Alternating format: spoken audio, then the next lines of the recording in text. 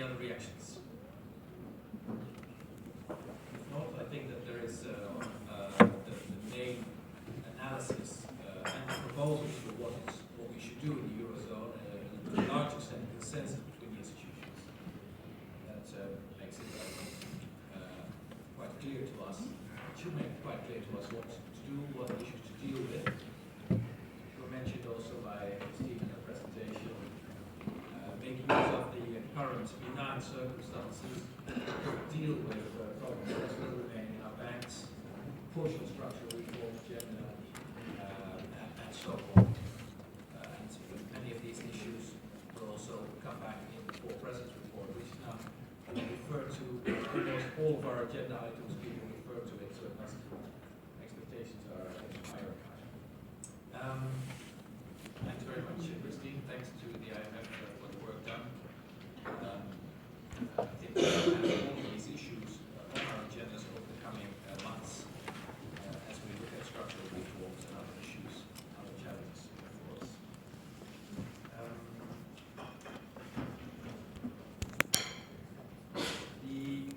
The next item on our agenda is the lower interest rate environment. It's already been touched upon a number of contributions. The previous item is part of our thematic.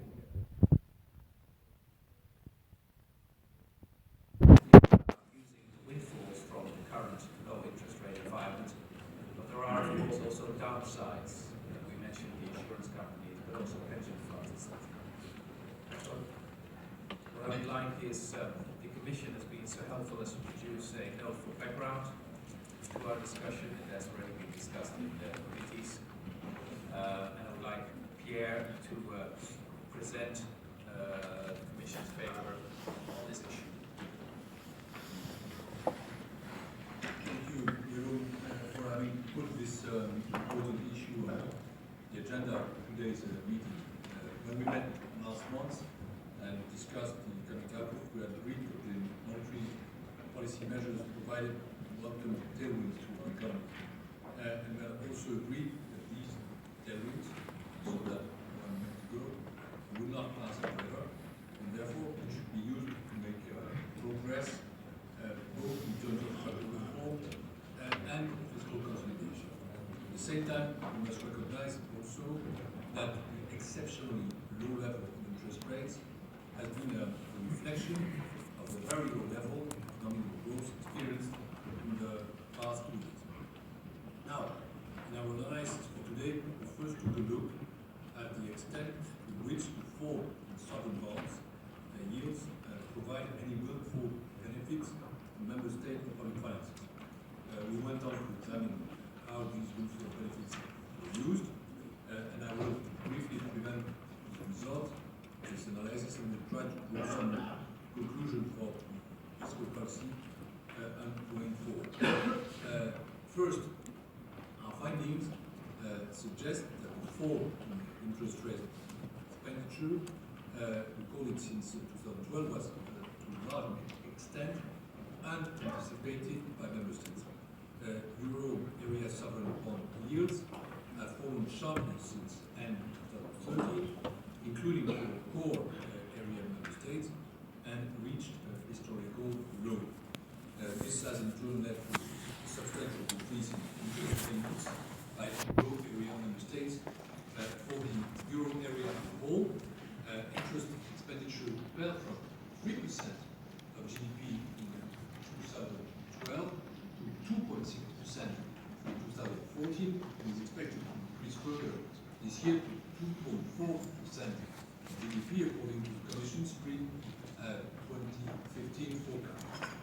Much of this decrease in interest payments has come as a surprise to member states. The chart compare interest payments for 2015 expected by member states in their respective 2030 stability program.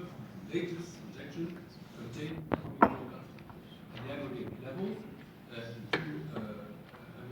2013 program is projected interest expenditures remain broadly stable until 2015, 3.1% of GDP, against the actual drop for the euro area as a whole, we estimate a windfall gain of 0.7% of GDP in 2015 alone, which is considerable. Second, member states not only unanticipated movements, they have made little or no use of the windfall savings from lower interest rates for deficit reduction.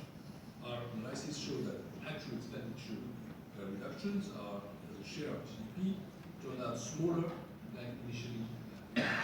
In other words, everything else being equal, thanks to the lower cost of debt, the deficit could have been lower today in member states if those had cut their expenditures as initially planned. So it was used to reduce the reduction of public expenditures. This having been said, weaker than expected inflation may also explain some of the lower than planned nominal savings. Third, it is important to stress that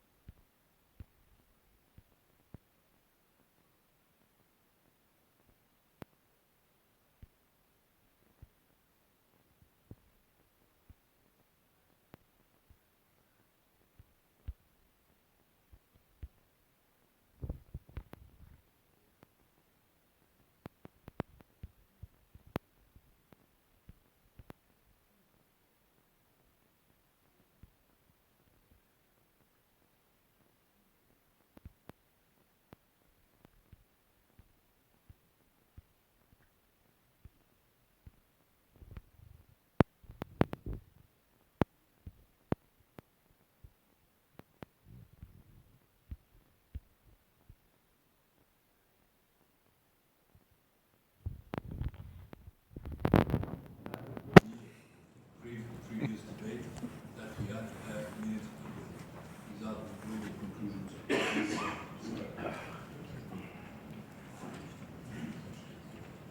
Thank you. Mario, would you react to this?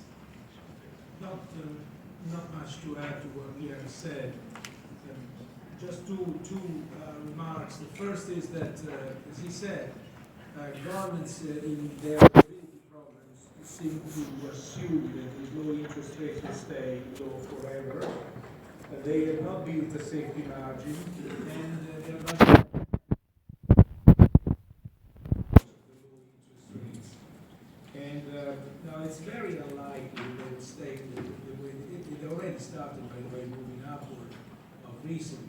But one has to understand that the very low interest rates, the potential for uncertainty and very high volatility is higher than at high interest rates. Because when the interest rates are very low, at around zero, even a blip, a very small blip in the short-term interest rates is bound to cause a magnified blip of all the other interest rates all along the curve. And so anything that might affect expectations of higher interest rates in the short term would have an effect quite magnified on the longer term interest rates. So, and the same thing holds for inflation expectations, of course, that would reverberate on interest rates. So that's why uncertainty should be properly taken into account in the stability programs by the various governments. Thank you. Thank you. Thomas, on the EWG discussion. Thanks very much. I think we've already heard a very complete description and also the graphs on the nature of the issue. We had a very, very good discussion on this, and I think it was quite an openness to discuss that further. It was, I think, clear and emphasized by many of colleagues that what we are looking at in terms of pure interest rate reductions does not reflect the net savings to budget, because very often, especially in this low inflation environment, you will also have cyclically lower revenues. But it appears clear that by and large, indeed, there were measurable net savings. Secondly, I think Pierre has been clear about the difficulty of exactly quantifying them. It's also very much depends on the debt structure, maturity structure, and also the structure, of course, of government assets. But if one turns to the use of such policy responses, I would say it became fairly clear that there was support for the idea that the higher government deficits and government debt levels are, the more such windfall profits should be used for fiscal consolidation, and the lower they are, the more likely it is that they should be used for government investment projects. Clear emphasis not for increasing government consumption expenditure, and also quite a number of colleagues said not falling into the trap of having investment projects for the sake of having investment projects, even if the expected rate of return would not be clearly positive. And if one looks over one's shoulder, what have we experienced so far? There are two ways of looking at the identical effect. One could say that so far, by and large, windfalls appear to be largely not used for budgetary consolidation. You could also say that by and large, windfalls have been used in an anti-cyclical manner, and thereby pushing the effect on government budget of the downturn of the cycle. So we're not, I think, we have not progressed far enough in order to prepare draft policy prescriptions, but it appears the issue will pursuing it.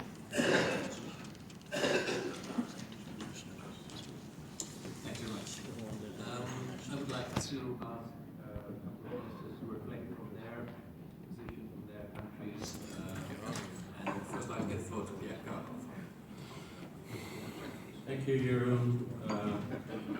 Actually, the debate has already gone a long way in pointing out pitfalls and opportunities of low interest rates environment. I would start from Mario's point, which should set a framework for all policy decisions related to lower interest rates. That lower interest rates are not here to stay forever. At some stage, we will see some return to some normal state of the world, including interest rates that are a little bit higher at least. So this, to me, suggests that the lower interest rate environment should be seen as part of what I like to call a window of opportunity. Christine already alluded to that in terms of a weaker euro, better inflationary expectations, and of course easier monetary conditions. And therefore, the first implication I would draw for policy is, since there is a window of opportunity, which by definition will close up sooner than expected, possibly, please, let's all not make the mistake of not exploiting that window of opportunity by pushing forward the reform programs that, in many of our cases, certainly in my case, if I may, is very much in the center of the agenda. So this is a very general point which does not relate to the technicalities of the fiscal implications. Second, this has been mentioned by Wolfgang, I will not dwell on it, but it's very important. What can we do to help institutional investors do better in such an environment? Of course, the assumption that these low rates will go away at some stage will have to impact on long-term investment decisions. So it's not just it's not that straightforward. What are the implications for institutional investors? Although I very much subscribe to the view that more, a larger choice set, let me put it that way, a larger choice set should be allowed for these investors. Having said that, but Pierre pointed out very clearly, of course, the lower interest rates come along with an environment where nominal growth, both nominal and real growth are lower, and inflation is also not high enough. So from that point of view, of course, the impact on public finance of low nominal growth environment has other implications. Thomas mentioned that it has, of course, an implication on revenues, which themselves will be lower. And this, of course, adds to the environment, as the benchmark against which we have to assess. But also another point may be worth mentioning, that while we have lower interest rates on government debt for a number of reasons, it is not always obvious to what extent this is transmitted to other interest rates in the market, to what extent there is a channel which is also positive in terms of easier financial conditions or not. This may work both ways, but it's also important to take that into account. Coming to the point that was central in the presentation very quickly, what should we do with that space that is generated by lower nominal interest rates? Apart from measurement problems, how do we exactly measure the additional fiscal space generated by lower rates, which has to do with the well-known problems of measuring the impact on what is the cyclical impact, what is the impact of cyclical conditions and potential output coming from that. Just forget about it. I want to conclude with two lessons that I would draw. One of actually three lessons. One is, yes, that the amount of resources that are freed up by that window should be devoted to making your fiscal stance stronger, which, however, can be seen in a number of ways. Not only moderating your spending, but also modifying the composition of your spending towards more capital investment, which in many cases is complementary to the structural reform agenda. And of course, I very much subscribe to Wolfgang's many times repeated point that we need good projects other than good money. I fully subscribe to that, and I keep saying it around the world, Wolfgang, quoting you, if I may. The other point, and I'm finished, is that there is an opportunity with lower interest rates to improve debt management, to take benefit of the immediate lower cost of funding for the budget, and so to reassess the structure of your funding, your debt management, which will be helpful once at some stage the interest rate environment will be higher. So this is an additional element which should be taken into account into asking what can we do to use that space in order to improve our fiscal sustainability. Thank you. Thanks very much, Ricardo, for your reflections. Alexander, start from a different perspective, perhaps, or a different country to reflect on the same. Thank you very much, Jerome. As this is my first intervention in the Eurogroup, I just wanted to thank you all and say how privileged I feel to be in this group. I remember when I was a young civil servant, the Finnish Program of Representation, youngish, 1999. I was a deputy and teaching, so the guy who takes notes in the back of Clerker to Foreign Affairs Council, European Council. Finance ministers always had sort of a mythical aura about them. Always felt that they're a little bit, out there, a little bit strange and institutional, especially EFS. That was, the big thing. Try to avoid the institution. I feel very privileged to be here, and I guess in my previous capacity as PM, I sort of felt that I was jack of all trades but master of none. And now suddenly I feel I have to be here as a master of lower interest rate environment and windfall. So I feel quite humbled to make this intervention. If I sound good, you should probably thank Tuomas next to me. If I sound bad, you know that my learning curve is still quite steep. I'll be quite brief looking at this issue from the Finnish perspective by making basically three general remarks. Obviously, we agree with the conclusions of the Commission, but the remarks are pretty much on the analysis side. The first remark is that we see, much as the previous speakers, the decline of interest rates coming from two different aspects and thus having probably two different implications. So the two reasons are, one is the retreat of the sovereign debt crisis, which has obviously shrunk the spreads, at least until last week. And it's helped all the risk countries, there's no question about that. But then it hasn't affected the non-risk countries that much. And the other reason is obviously low growth, where the key role has pretty much affected all of us in one way or another. I assume that in this job you're not supposed to comment on what the ECB does, but I have always given my full support to what the ECB has done, not least in quantitative easing, not least in keeping actually the interest rates low and trying to get our economies going. So some benefit from both and others from just one. Now, second point is, what kind of effects does this have? I guess if it's linked to the crisis, and this was said, I think, quite elegantly by the Italian minister, then we should try to reduce, try to reduce debt right now. Then, on the other hand, if it's linked to growth, my question is it really windfall in the case, or is it something that we should have perhaps predicted and not as a surprise? The final point is very much from a Finnish perspective. I guess the report looks very much at the debt side, debt only. But in Finland, I guess it's a slightly different case, because for us, we're in a situation whereby we have public assets much more than debt. I think the ratio is something, our debt is 100 billion euros, and our public assets approximately 185. So on the public asset side, we actually feel disadvantageous that the interest rates are low because we don't gain anything. Whereas obviously on the debt side, we win a little.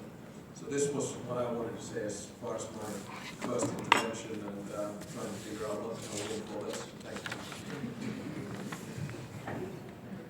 That learning curve is coming along quite nicely. Thanks. The other ministers, yes, Luis. Thank you, Jerome. The interest rates that matter for the economy are not nominal interest rates, are real interest rates. And inflation rates all over Europe have been very low lately. So real interest rates are really higher than nominal interest rates.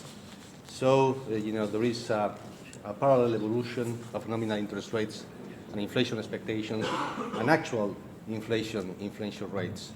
Even if we look at the impact on the fiscal policy, it's obvious that lower nominal interest rates have a positive impact on the evolution of the deficit on the expenditure side.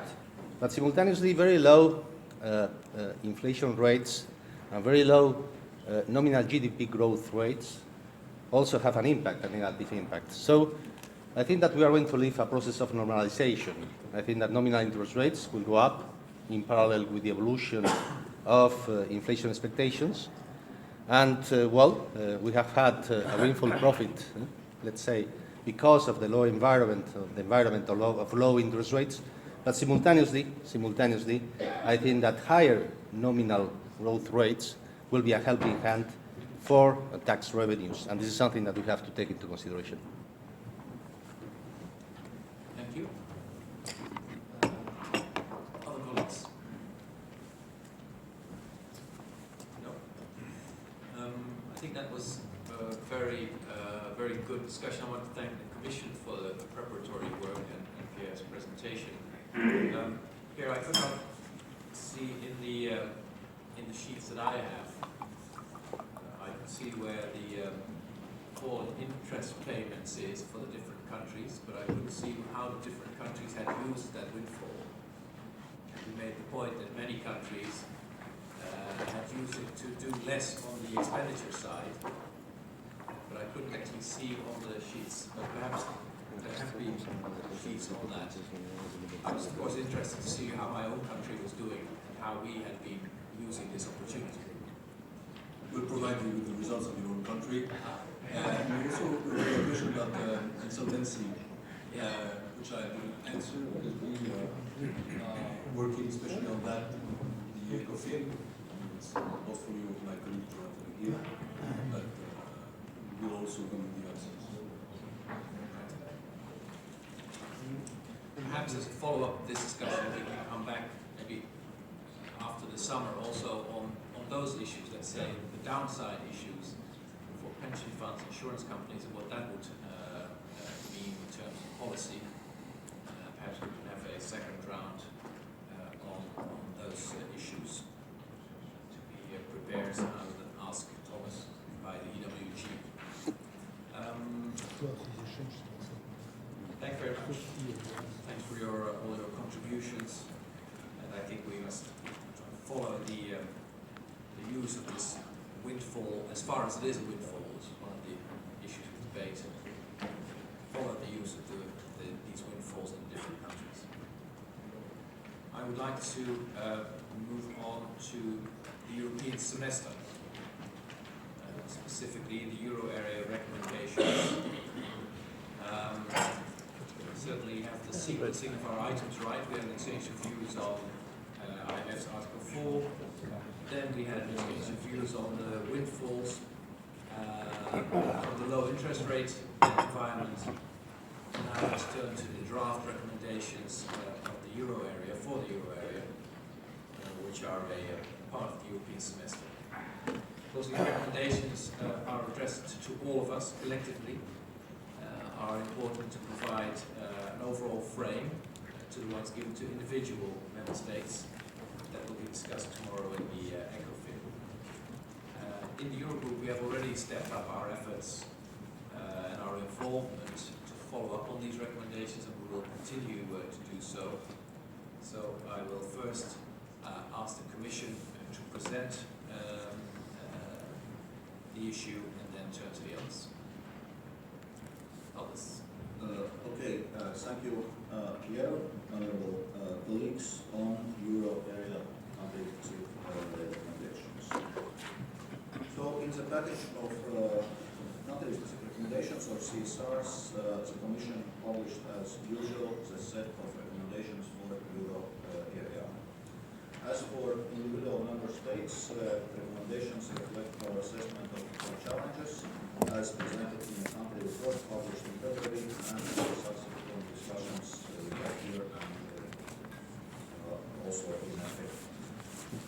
As the last year, the 2015 Euro area recommendations highlight the necessary policy action in areas of structural reform, fiscal policy, financial monetary policy, and deepening of EMU. They also continue to emphasize special positions that the Eurogroup has in stimulating and coordinating actions. However, in the line with the streamlining European semester, the CSRs are now shorter and more focused, more operational, and based on the relevance for the Euro area as a whole. I understand countries had and Eurogroup had good discussions on the substance of CSRs, and there,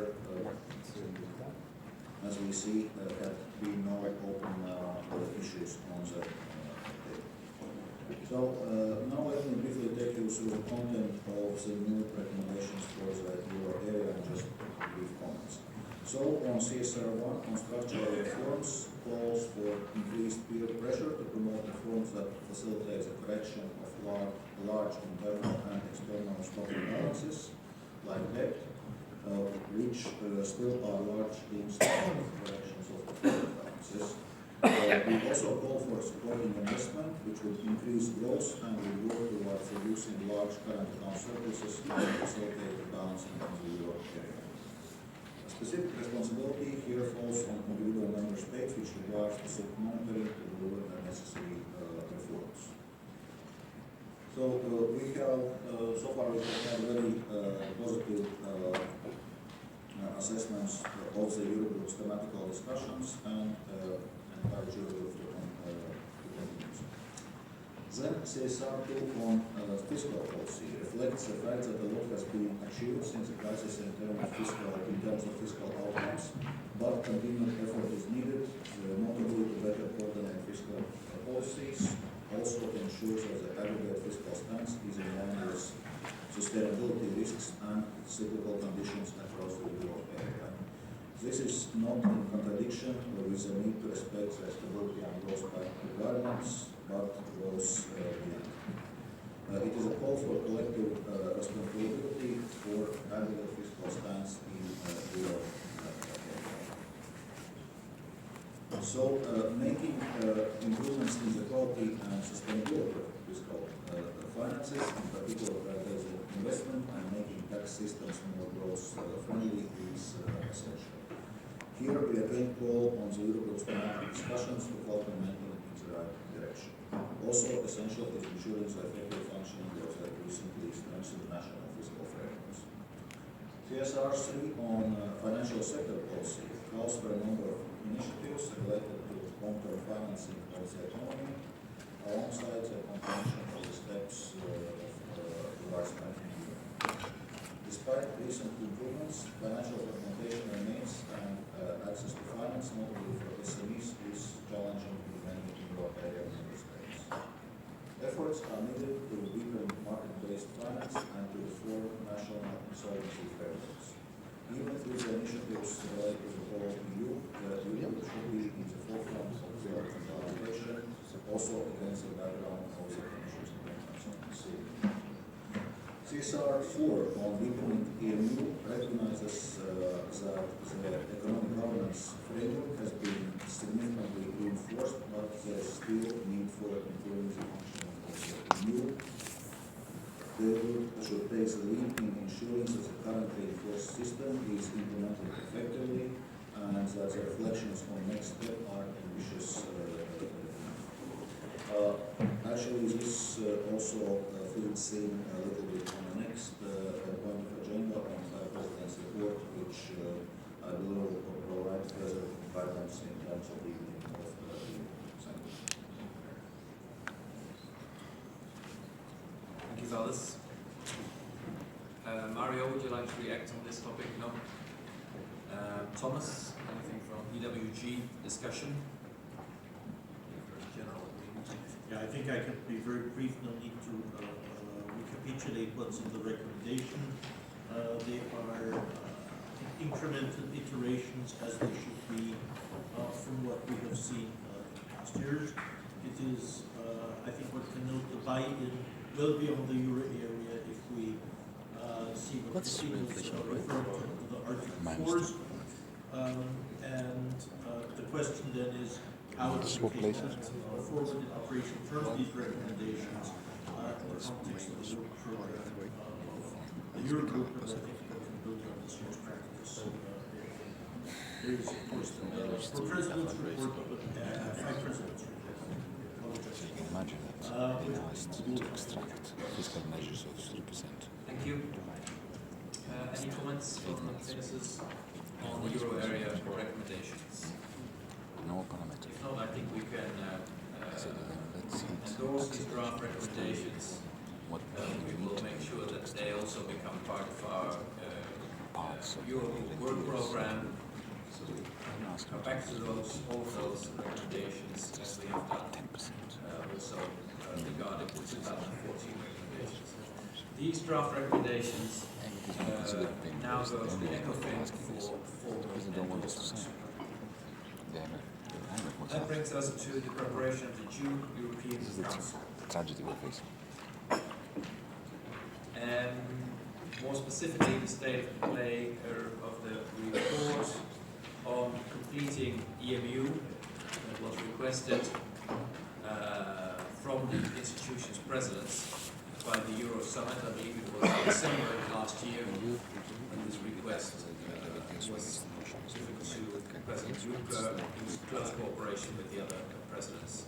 See, we don't have a mandate to negotiate. We have, over the last months and weeks, worked very hard on this. It's almost finished, I should say. Unfortunately, it was not finished before this meeting, so we would have liked to have had it available for Eurogroup to discuss today, but it has not been fully finalized. But I do think that it's important to give some insight on what the report will look like. Perhaps I can ask Valdis to say so on behalf of President Juncker, to say a little about it. You must realize that the report will be published on an ad personam basis, so it's the personal responsibility of the presidents. It's their input, their ideas to be discussed at the council next week. Perhaps Valdis, you can say a little more about the content and the ambition of the report. Okay, thank you, Jan. Of course, I must admit I'm probably not the most knowledgeable, since we are 2 out of 5 presidents here around the table.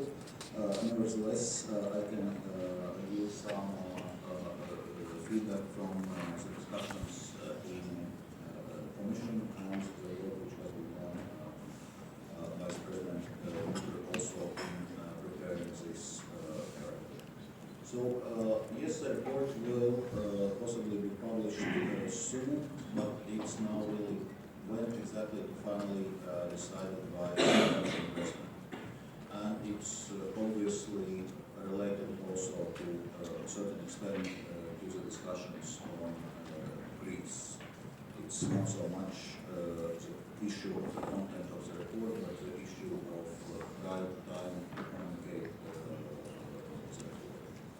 So it's outcome of long discussions among Sherpas and 5 presidents, and I can say that it is going to be an ambitious report. The proposals to improve governance in the short term will be more concrete, but still set as a clear medium and longer term vision from the Union. From the report, stronger fiscal policy, better coordination in face of unexpected difficulties are all our common goals, and in some also better preventive policies to reduce the risk of accidents and better ways to react to accidents which may happen anyhow. So the report is in essence divided in 3 steps. First step is action which can be taken immediately. Second step is, so to say, medium term, somewhere around 2017, and κάνουμε background για να το ολοκληρώσουμε. So work to implement short-term actions not required to change can start soon after the report is published and Το Chatham House είναι μετά. Το Chatham House είναι να τα λες, τα βγάλουν, βγαίνουν έξω χωρίς να είναι attributors. Αυτό το Chatham House. Όχι, το Chatham δεν είναι. Δεν είναι attributors. Μπορείς να το χρησιμοποιήσεις, αλλά να μην πεις ποιο θα είναι.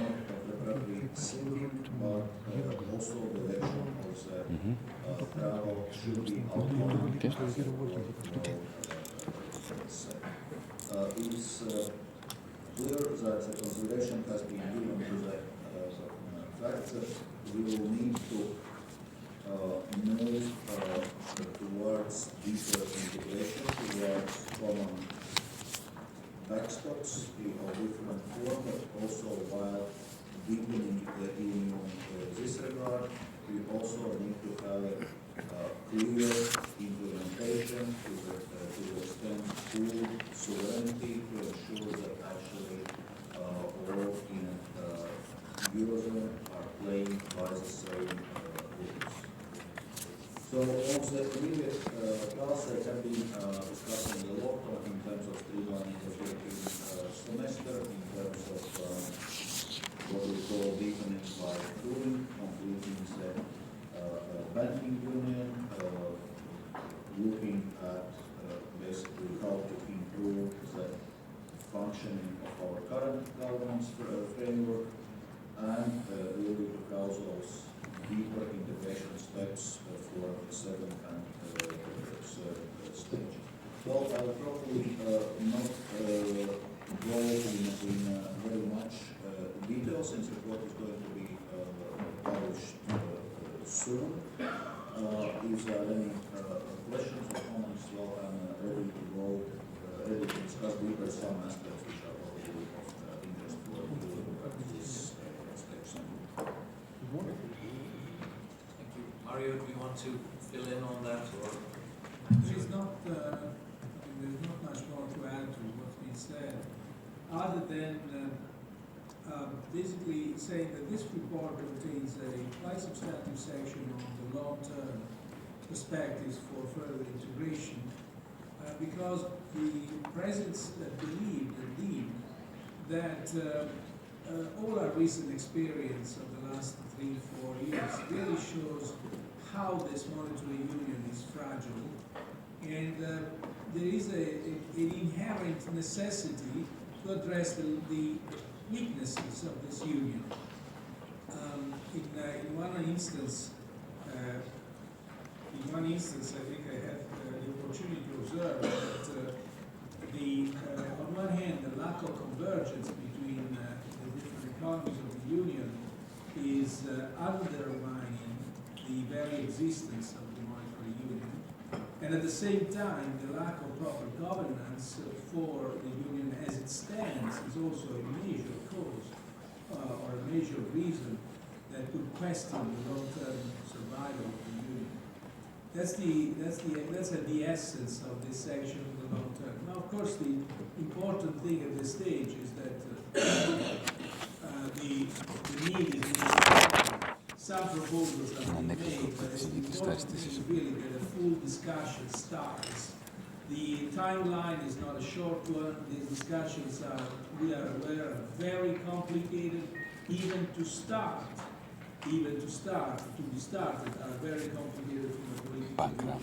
In spite of this, notwithstanding this, the presidents believe it was certainly worthwhile trying to say something on this. But it has to be understood that the main message is that we should just start thinking about this. We cannot postpone the examination of our long-term future. Thank you. Thank you. I'd just like to underline what Fels and Mario said. There will be proposals in the report on the economic union, on the financial union, on the fiscal union, and also the political union. We will have to force ourselves to go back to some of the difficult issues that we have put aside in the last couple of years. We'll have to go back to some issues that were debated very intensively but are still undecided, to complete, for example, the banking union, or to strengthen the fiscal union that we have. So it's going to be a very interesting report, politically also challenging, forcing ourselves to look back on all the things that we've done and to strengthen it where possible, because the credibility of the monetary union still leaves ample room, for improvement, and I think in the current context we must do that work and not postpone it. So that will be sort of the atmosphere of the report. We will have that, of course, on our agenda next month and in the coming period, because there will be a lot of work in there for us to consider. That's of course difficult to discuss now because you don't have it. So once again, I apologize for that. We would like to have it earlier, but bear with us. It's almost done, and then we can discuss it in full. So, with your consent, I will turn to miscellaneous. And first of all, I'd like to go back to Alex for a more general introduction. We've all already heard this learning curve, but a more general introduction of Finland, its ambitions and plans. It's a tradition that we have in the Eurogroup. New ministers are always invited to introduce themselves, but certainly also to hear from the new government plans. So, please. Sure, thanks, Jerome. I guess I don't know that there's this Head and Shoulders dandruff shampoo in the United States, and they have this wonderful slogan, commercials, that Head and Shoulders, because you never get a second chance to make a first impression. So I made my first windfall impression, and then now I'll try to convince you that Finland should be getting its economy back on track. To put it very bluntly, and my thesis, I guess, would be that we will be taking the same austerity medicine that we have been preaching for the past 6 or 7 years. Our GDP has not reached the levels that it was in 2008, and we still have a lot of adjustment to do. Now, I will be very brief in presenting the government as such. In the previous government, we were 6 parties, 3 from the left, 3 from the right. Now in this government, we are 3 bigger parties, all to the center right. The true Finns sort of meddling between the right and the left, no one really knowing exactly how, but pretty solid on, I would argue, economic policy. We also, one could say, have an ideological glue when it comes to economic policy, monetary policy, and fiscal policy, which I think is always quite beneficial when you do an economic program. Now, what did we do in the government program? We actually went into detail and we established a 10 billion euro economic package, you could say. I know that here we should talk in percentages, but just to give you the figures, our GDP is approximately 200 billion euros. Our annual budget is approximately 50 billion euros, so a 10 billion package is big. And that 10 billion package is divided into 3 parts. Part number 1 is an adjustment up until 2019 of 4 billion euros. So basically we're cutting expenditure and making other measures with 4 billion euros. So that's almost, one could say, 10%, a little bit less than our budget. And these are hard savings, if you will. There's very little to lose on that. The second package is up until 2021, and it's linked, it's 2 billion euros. It's linked to a social contract.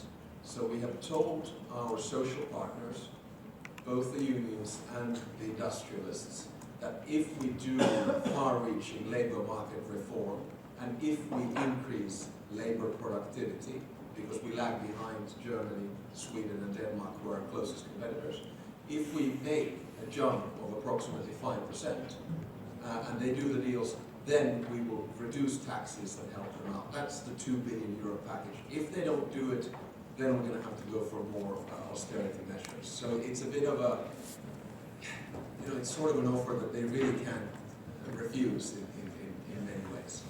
The third bit of the package is long-term, up until 2024. It's structural reform in healthcare, municipalities, etc.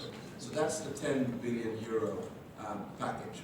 What are then the key elements of it? Number 1, it's pretty much tax neutral, because we don't have, I know the IMF would argue, perhaps the ECB would argue, even the Commission, that we have fiscal space, but we in the finance ministry argue that we don't have fiscal space. Our tax level right now is one of the highest in Europe. It's 44%. Compare that to EU 12 or EU 15 and 39, or OECD average 34. So we don't have much of maneuver there. That's why it's tax neutral. Secondly, the cuts that we made are front-loaded. It's very much a philosophy that, you know, when you go into government, do the cuts early on, take the pain right away if you can, and then perhaps reap the benefits a little bit later. Then thirdly, there's a small growth package that we're working on. A growth package which should be, from a budgetary perspective, neutral. In other words, it's going to be linked very much to perhaps selling of assets or perhaps getting some money from other government assets. And that is to give a little bit of a boost. So that's the sort of tiny Keynesian that comes into what we're doing carefully. So tax neutral, cuts front-loaded, and a little growth package. Now, what's the aim? And we went into more specifics than we probably should have. Aim number 1 is to reverse the debt trend by 2019. You know that in 6 years we basically doubled our debt from 50 billion to 100 billion. We've done all the stimulating packages that you can imagine. We're basically just overspending. That's it. We need to reverse that trend, and with the figures that we have, we should be able to do it. Secondly, we want to stop debt by 2021. And then thirdly, we have some measures that we're trying to do on employment. Now, the measure that the European Commission will be interested in, and thank you for letting us off the hook in the beginning, on the excessive deficit procedure, is 2016. And the figure that we're talking about for 2016 is 1.4 billion euros, which I guess is approximately 0.7% of GDP. And we're going to be very specific on that. And we will materialize and implement all of this in the budget, which we actually in Finland end up deciding in the beginning of September. So I'm quite hopeful that we'll be able to get those measures. We still have a lot of work to do. I mean, you've been finance ministers for much longer than I have. You know that after you do the deal, all the other ministers come begging for money from you. Fortunately, we have a prime minister who is a former business leader and is very tight on his own budget, if you will. So he will have none of that and will probably make quite a good do, I hope, on that. My final point is that we have some good news in Finland. I want to bad news. The good news is that investments, both private and a little bit public as well, are picking up. We're getting a lot of big investments on the industrial side, on data centers and other places, and we're quite sort of positively surprised by this, but it looks like it's going to be going on. So the business climate is improved. The bad news is that we are pretty much in the low growth rate category. This year, 0.3 according to our latest figures from the summer, from actually yesterday. Next year, 1.4. The year after that, 1.4. But you know how these figures keep on jumping. So we basically have to work on the tight side, because our argument is that the problems that we have are not cyclical. They're not cyclical. They're much more structural, and that's what we're going to be working on for the next 4 years. The good news is, I guess, final point is that Finnish public is quite fed up with the current Finnish politics, and Finns never underestimate the capacity of Finns to eat cabbage. I mean, you know, we're willing to push this quite far, and Finns don't like a country that goes into debt, and that's why I think we'll have a lot of political collateral to push this through. Sorry for being a little bit long, but that's how we see the situation in Finland. That was very interesting. Thank you very much. And we wish you and the government, of course, best of luck. Very sound political advice to do the difficult stuff as quickly as possible. And I hope you're successful with getting the social contract done. That would be a major window of opportunity. If there are any questions to Alex on Finland, I think we will return, as we always do when there is a new government and a new budget, on the budget assessment of the Commission at a later point. But that's for later concern. Once again, all the best. Then I would like to turn to the Eurogroup work program. I think it's been discussed at the Euro working group, so perhaps we can be quite brief on that. This is the work program for the second half of the year. This is mine. Endorse it. It shows to some extent a degree of continuity with the work done in the recent months. At the same time, as usual, sufficient flexibility will be needed to ensure appropriate focus on issues that come up and change priorities. I just want to check if there's any objections or further remarks on this proposal. If not, I think we can endorse this work program for the second half of 2015. Then I have under miscellaneous the AIIB, which is the Asian Infrastructure Investment Bank. I think there has been some discussion on it already at the level of the EFC. I think it is in this case. The EFC have already discussed it. The question is whether you would be prepared to give mandate to our deputies to do further work on that, with the prospect of working a constituency arrangement for a Eurogroup chair in the non-resident executive director board. And we would like to do that in strong parallel with the other European seat. This is the line of thinking.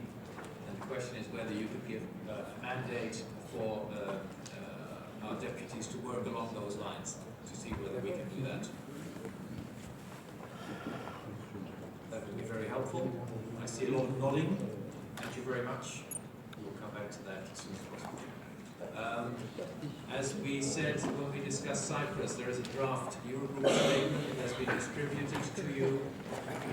And I just want to make sure that you're all happy with that. So maybe I can take it all in one go. See if there are any remarks on the Cyprus, on the statement on Cyprus.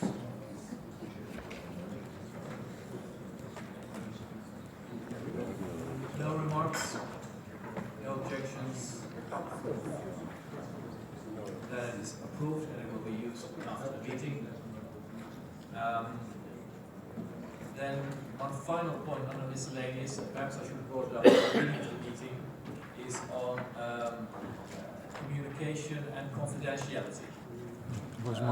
Apparently in press reports there have been press reports about our meetings being taped.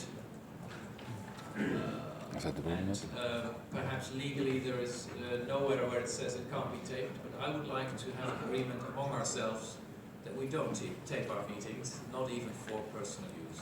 I think we have always a very open atmosphere of confidence and trust among us, allowing open debate and discussion. And I would like to keep that. I think that's very important.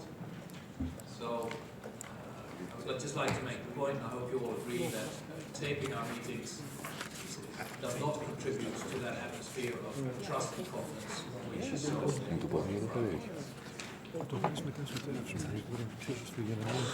could all agree to that, then I hope we can work along those lines. I'm very grateful. Before turning to the last item, which is Greece, we'll just adjourn the meeting for a couple of minutes.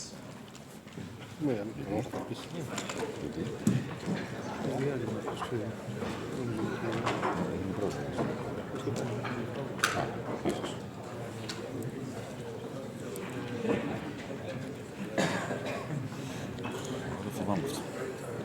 Πού έκανε τώρα. Κοίταξε στην είδα. Ήταν αστυνόμοι. Ήταν μέσα. Το δικό μας ήταν ένα item 2. Και ήταν άδειο. Ξεκίνησε το εκεί. Όλοι είπαν από τα όμως χωρίς σύγκρινα. Ξεκίνησε το meeting, το πρώτο item που δεν και να πήρξαν που μιλάγανε. Λέει η Ελλάδα, θέλουν όλοι μαζί μας. Ήταν απολύτως κόσμο. Ελπίζω να μην γίνεται κάτι. Ξέρετε, εγώ θα έλεγα... Εγώ θα περίμενα από αρκετές χώρες και οπωσδήποτε από το Σόιμπλε να βάλει στο τραπέζι το Plan B και μάλιστα ενδεχόμενα να το βάλει ως Plan A. Ότι εδώ που είμαστε το Plan B δεν είναι πλέον Plan B αλλά Plan A και ότι θέλει να ξέρει τι conditions ή plans υπάρχουν. Πιστεύω να το κάνει. Πιστεύω ότι μπορεί να το βοηθήσουν και άλλες χώρες. Εγώ αν πιστεύω το άφηνα αυτό να γίνει diffused τελείως, να γίνει filled out. Αυτό το spirit. Εντάξει, έτσι λες αν είναι ο πρώτος. Ότι είχαν τελειώσουν στη δευτερολογία σου. Τότε θα δούμε να συζητήσουμε. Πόσα θα τελειώσουμε. Εγώ κοίταξε, αν είναι να το πούνε εδώ, θα το πούνε για να γίνει leaked. Αυτό φοβάμαι. Όχι, σίγουρα. Το συζητάμε αυτό και πρέπει να βγάλει όλο. Έκανε ακριβώς αυτό στο Luxembourg που έπαιξε ένα τέξτ μετά. Έκανε ακριβώς αυτό στο Eurogroup της Βρατισλάβα. Συζητήθηκε πολύ επιφανειακά το θέμα του Captain Hook. Μπήκε και έκλεισε την ώρα που μπήκε. Αλλά πώς μόνο και να μπει. Αλλά είναι leaked. Πριν τελειώσει η διαδικασία, είπε το εξής. Ήμουν τελευταίος που σας είπα ότι το θέμα τέθηκε, δεν συζητήθηκε, αλλά τέθηκε. Και είμαι ιδιαίτερα ανήσυχος, διότι φοβάμαι ότι δεν θα γίνει leak. Έχω εμπιστοσύνη στο confidentiality, αλλά δεν να το πω.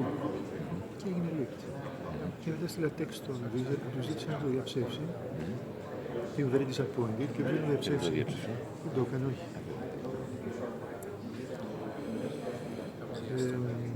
Δεν το έκανε. Εγώ θα έκανα το ίδιο πάντως και σήμερα. Αυτό το break τώρα είναι κάτι ξανά. Δεν μιλάς στη δικιά μας, τη δικιά σου προετοιμασία, τη δικιά σου αποθέση. Όχι, τη δικιά μου δεν προετοιμάζει, ούτε και στη ρίγα την ίδια να αλλάξει. Συγγνώμη, δεν αλλάζει.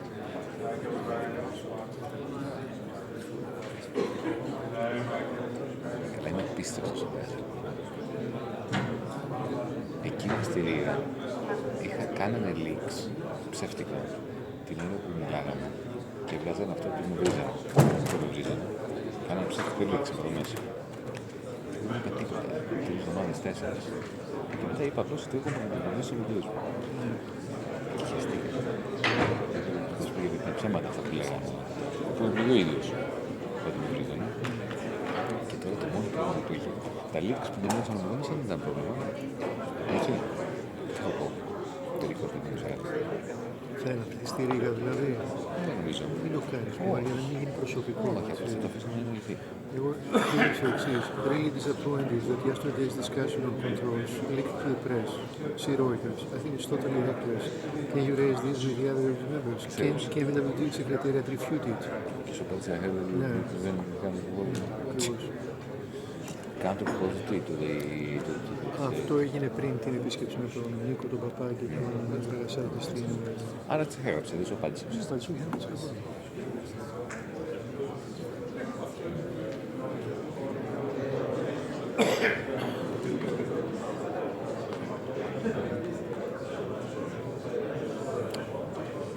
Θα γίνουν επεισόδια σήμερα. Μην εγώ θα ήμουν στη θέση, θα ήμουν απολύτως ήρεμος, έχεις μια καλή τοποθέτηση. Στη Ρήγα δεν είναι. Θα κάνεις την τοποθέτηση που έχεις. Άστος να πούνε... Πάντα είναι ήρεμος. Είναι στήσιμο. Στήσιμο στην κυβέρνηση, ξέρω. Εντάξει. Πάντως ανάκουνες από την αρχή των Φιλανδών ήταν θέλω εγώ να είμαι στην Ένωση με την Ένωση από αυτήν. Ξέρετε τι λέγω τους. Γιατί ο Νίους λέει θα παραμέσουν πολλές και λέει λεπτά. Μπορούν. Το χέρι.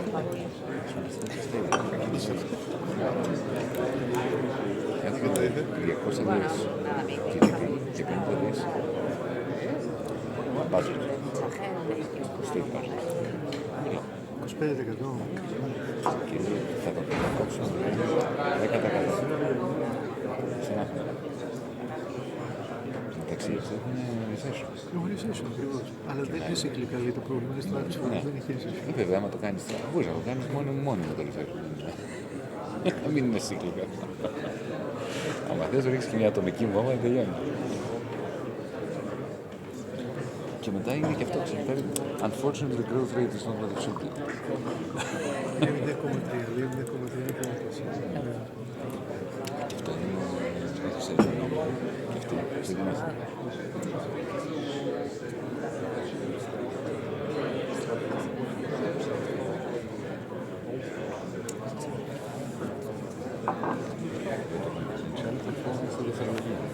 Αν χρειαστεί να την κάνω. Και από την ασύνη αν χρειαστεί στην τεχνολογία ακριβώς. Γιατί θα βγει ωραία και αυτό. Σημασία, ναι. Τράγει τώρα, δεν λεφτά.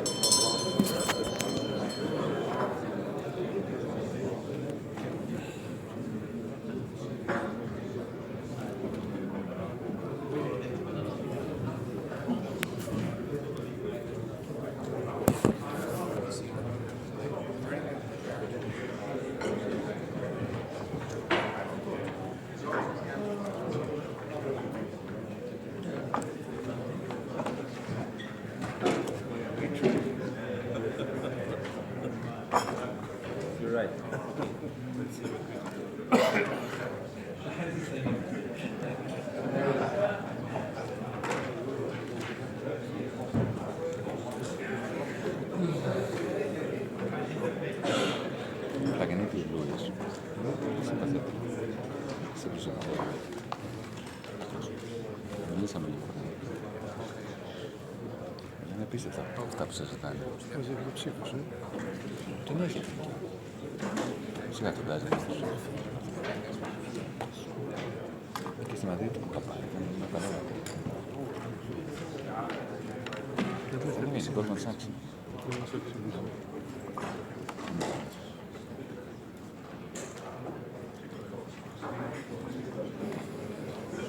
Δεν έψησε σήμερα δεν θα πει τίποτα. Και λόγω ψήφου.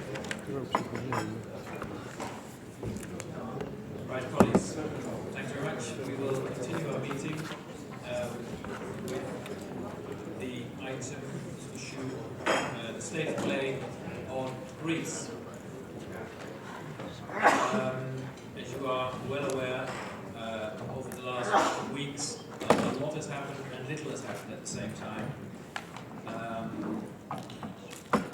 no agreement as yet between Greek authorities and the institutions, and we are facing a very critical timeline before the program expires at the end of this month, which is 2 weeks. So what I would like to do is to hear from the institutions where we are, since they see the existing situation. Then, of course, turn to Giannis to hear his point of view, his reaction, and then all will be open to ministers. But very much depends on what we are going to hear first, whether there is a lot of reason to spend a lot of time or whether we can be very short today. It depends very much on what we will hear now. First of all, from Pierre, and then I'll give the floor to subsequent. Valdis, do you want to take the floor first? Yes, Valdis, go ahead. Thank you, Jan. So, honorable colleagues, on situation on negotiations with Greece. Since the last Eurogroup, the Commission has continued to work very intensively together with other institutions towards reaching a deal with Greece on a staff-level agreement. And we have engaged at all levels, from the technical level to the highest political level, with President Juncker, who himself has been very actively engaged in those negotiations. And while we're having some more conceptual discussions, there was certain progress in some issues, while there's also clear that more convergence is needed on some others. Unfortunately, the progress made during those talks was not confirmed when it had to be transferred to concrete policy commitments. On the contrary, we received proposals that reopen key issues like primary surplus targets. So, to unlock this and pass, the institutions were mandated to prepare jointly policy paper, so-called 8-NR. This proposal, which is a joint proposal of three institutions, European Commission, IMF, and ECB, we still believe is a balanced proposal which provides good basis for agreement. It proposes substantially lower primary surplus targets than current program policies, and also there is a clear flexibility in line also with Eurogroup 20th of February conclusions that if the Greek side is not agreeing or having difficulties with some of the program measures, it's possible to replace those measures with other measures of equal fiscal value. Unfortunately, we were not able to reach agreement based on institutions' proposal, and during the last few days there were effectively no negotiations because, so to say, there was no common ground for negotiations. Still, from the European Commission point of view, we believe that completion of the program, successful completion of the program, is by far the best scenario economically, both for Greece and Euro areas. But it's also worth noting that the conclusion of the current program, well, we still need to get there. It's only one of the issues we need to address. Second is duration of the program, because we are 18th of June. Program expires at 13th of June, and if there is no extension and no disbursement by 13th of June, means the program expires, and all funds within the program expire too. Something certainly worth keeping in mind. Plus, we have not started to discuss follow-up arrangements to the current program. We know that this was also part of Eurogroup conclusions, but unfortunately we so far have not sufficient progress to start discussing possible follow-up arrangements as mandated by the Eurogroup. In parallel to the work on program, we are also having efforts to support the development of Greece, including by best use of structural funds. We are actually have set already a high-level working group to support Greece in making best use of available EU financing, which is available first and foremost European structural investment funds, but not only. But now we really believe that the key thing is to reach agreement as quickly as possible, and needless to say, the Commission remains fully engaged in work towards positive solution. Pierre will now elaborate in more detail on the situation, on our proposals, and on the current situation. Thank you, Vanessa. I will first start maybe by entering precisely in the state of negotiations. We reached some principal agreements, but these agreements reached on key issues at technical level have not materialized on paper.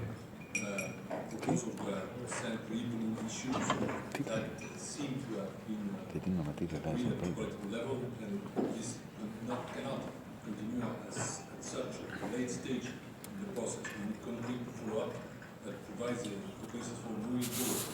And this has led to where we are in the statement. The key shortfalls here relate to VAT policy and pensions. On VAT, the Greek authorities have, in several steps, enhanced their package and are now contemplating measures which could deliver an annualized fiscal yield of 1.3 billion euros compared to 1.9 expected by the institutions, that is 0.75% of GDP compared to 1% of GDP. This would be delivered by retaining the reduced blended current rate of 13% instead of lowering it to 11% as they initially thought. They intend to keep energy, catering, and unprocessed food in this band, which would also include hotels without from the current super reduced state rate. The authorities want to preserve the super reduced rate of 6% only for medicines, books, and theatres. All other items will be moved to the top rate. Overall, on this point, there is quite some movement, but still not there in terms of overall yields. This could be achieved by bringing capturing back to 23%, where it was before the previous government reduced it to 13%. This could be justified by the more frequent recourse to capturing by Greeks compared to other countries. On pensions, we understood that the authorities are concerned about the proposal to eliminate the social top-up ECAS by 2016. However, in the revised proposal, the only commitment seems to be to ultimately tackle some pathways to early retirement, while other proposals of the institutions are not mentioned at all. Indeed, the authorities want to proceed with the suspension of the zero deficit sustainability fact for supplementary pensions without indicating compensating measures that would have equivalent effect. The staff level is the first step in the process of reaching agreement on a comprehensive package, and the rest could follow from that. The 20th of February agreement reiterated this. Whatever discussions we hold over the coming days, they must be the reality. Upfront, the restructuring, which eliminates all financing needs for several years to come and thus obviates the need for conditionality, is not on the table for us, and we believe that the euro area is not a transfer union. It is key that we all have clear ideas on what this means, on the right data, on the underlying elements. We need, for example, to work on financing needs, and an issue I will come back to later. Top priority now has been to conclude the staffing agreement. The Commission is ready 24 hours today. Of course, ready to engage. The President of the Commission, as said by Valdis himself, stands ready. Actors at all levels should be mobilized in the coming days to as much as possible. You want to go further on next step, or you want to divide the discussion? If you authorize me to go on, assuming that the new government is willing to prevent fraud and agree the reforms adopt, the extension of the existing ESS program will be needed. It is possible to make a disbursement by end June 2015, because in addition to reaching agreement on the staff agreement, Greece needs to adopt required actions, which then need to be verified and checked by the institutions before any consultation with national parliaments can be concluded and the disbursement could be made.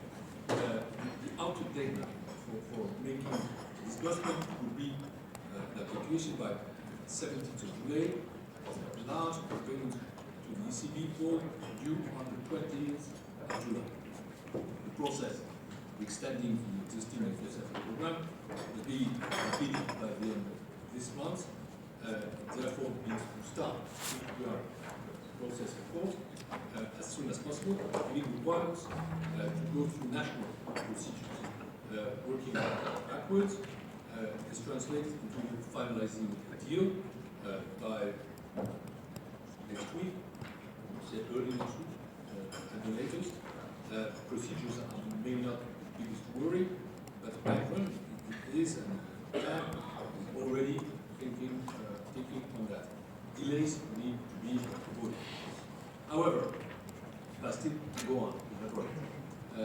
Just an extension will not suffice. Greece has significant financing needs in summer.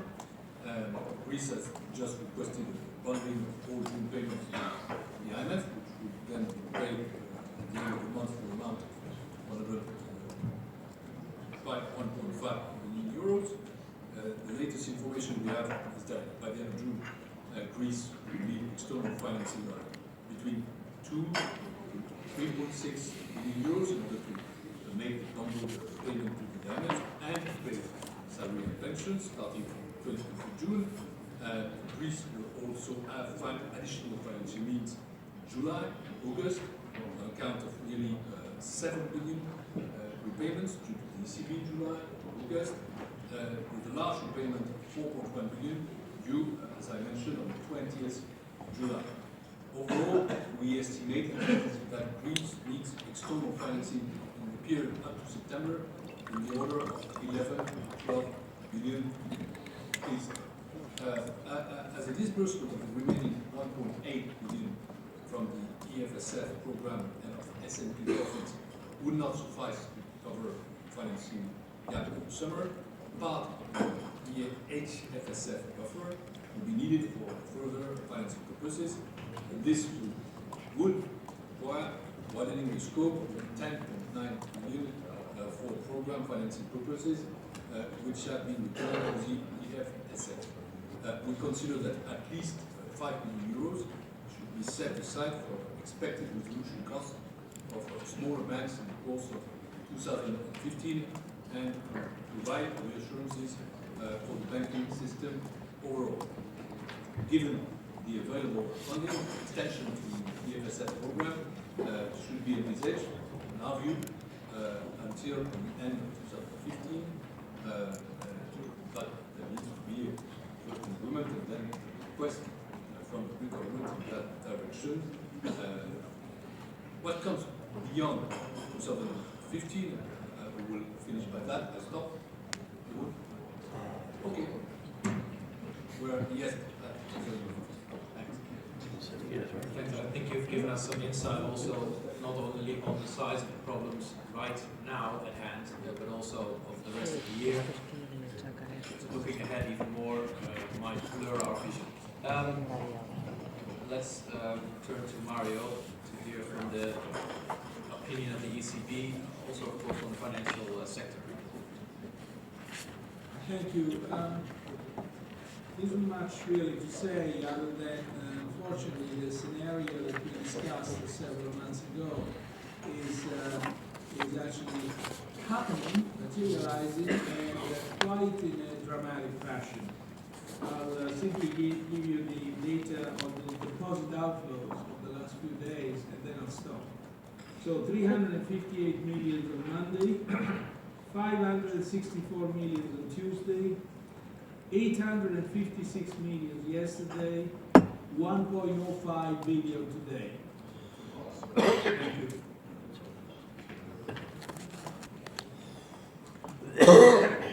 Christine.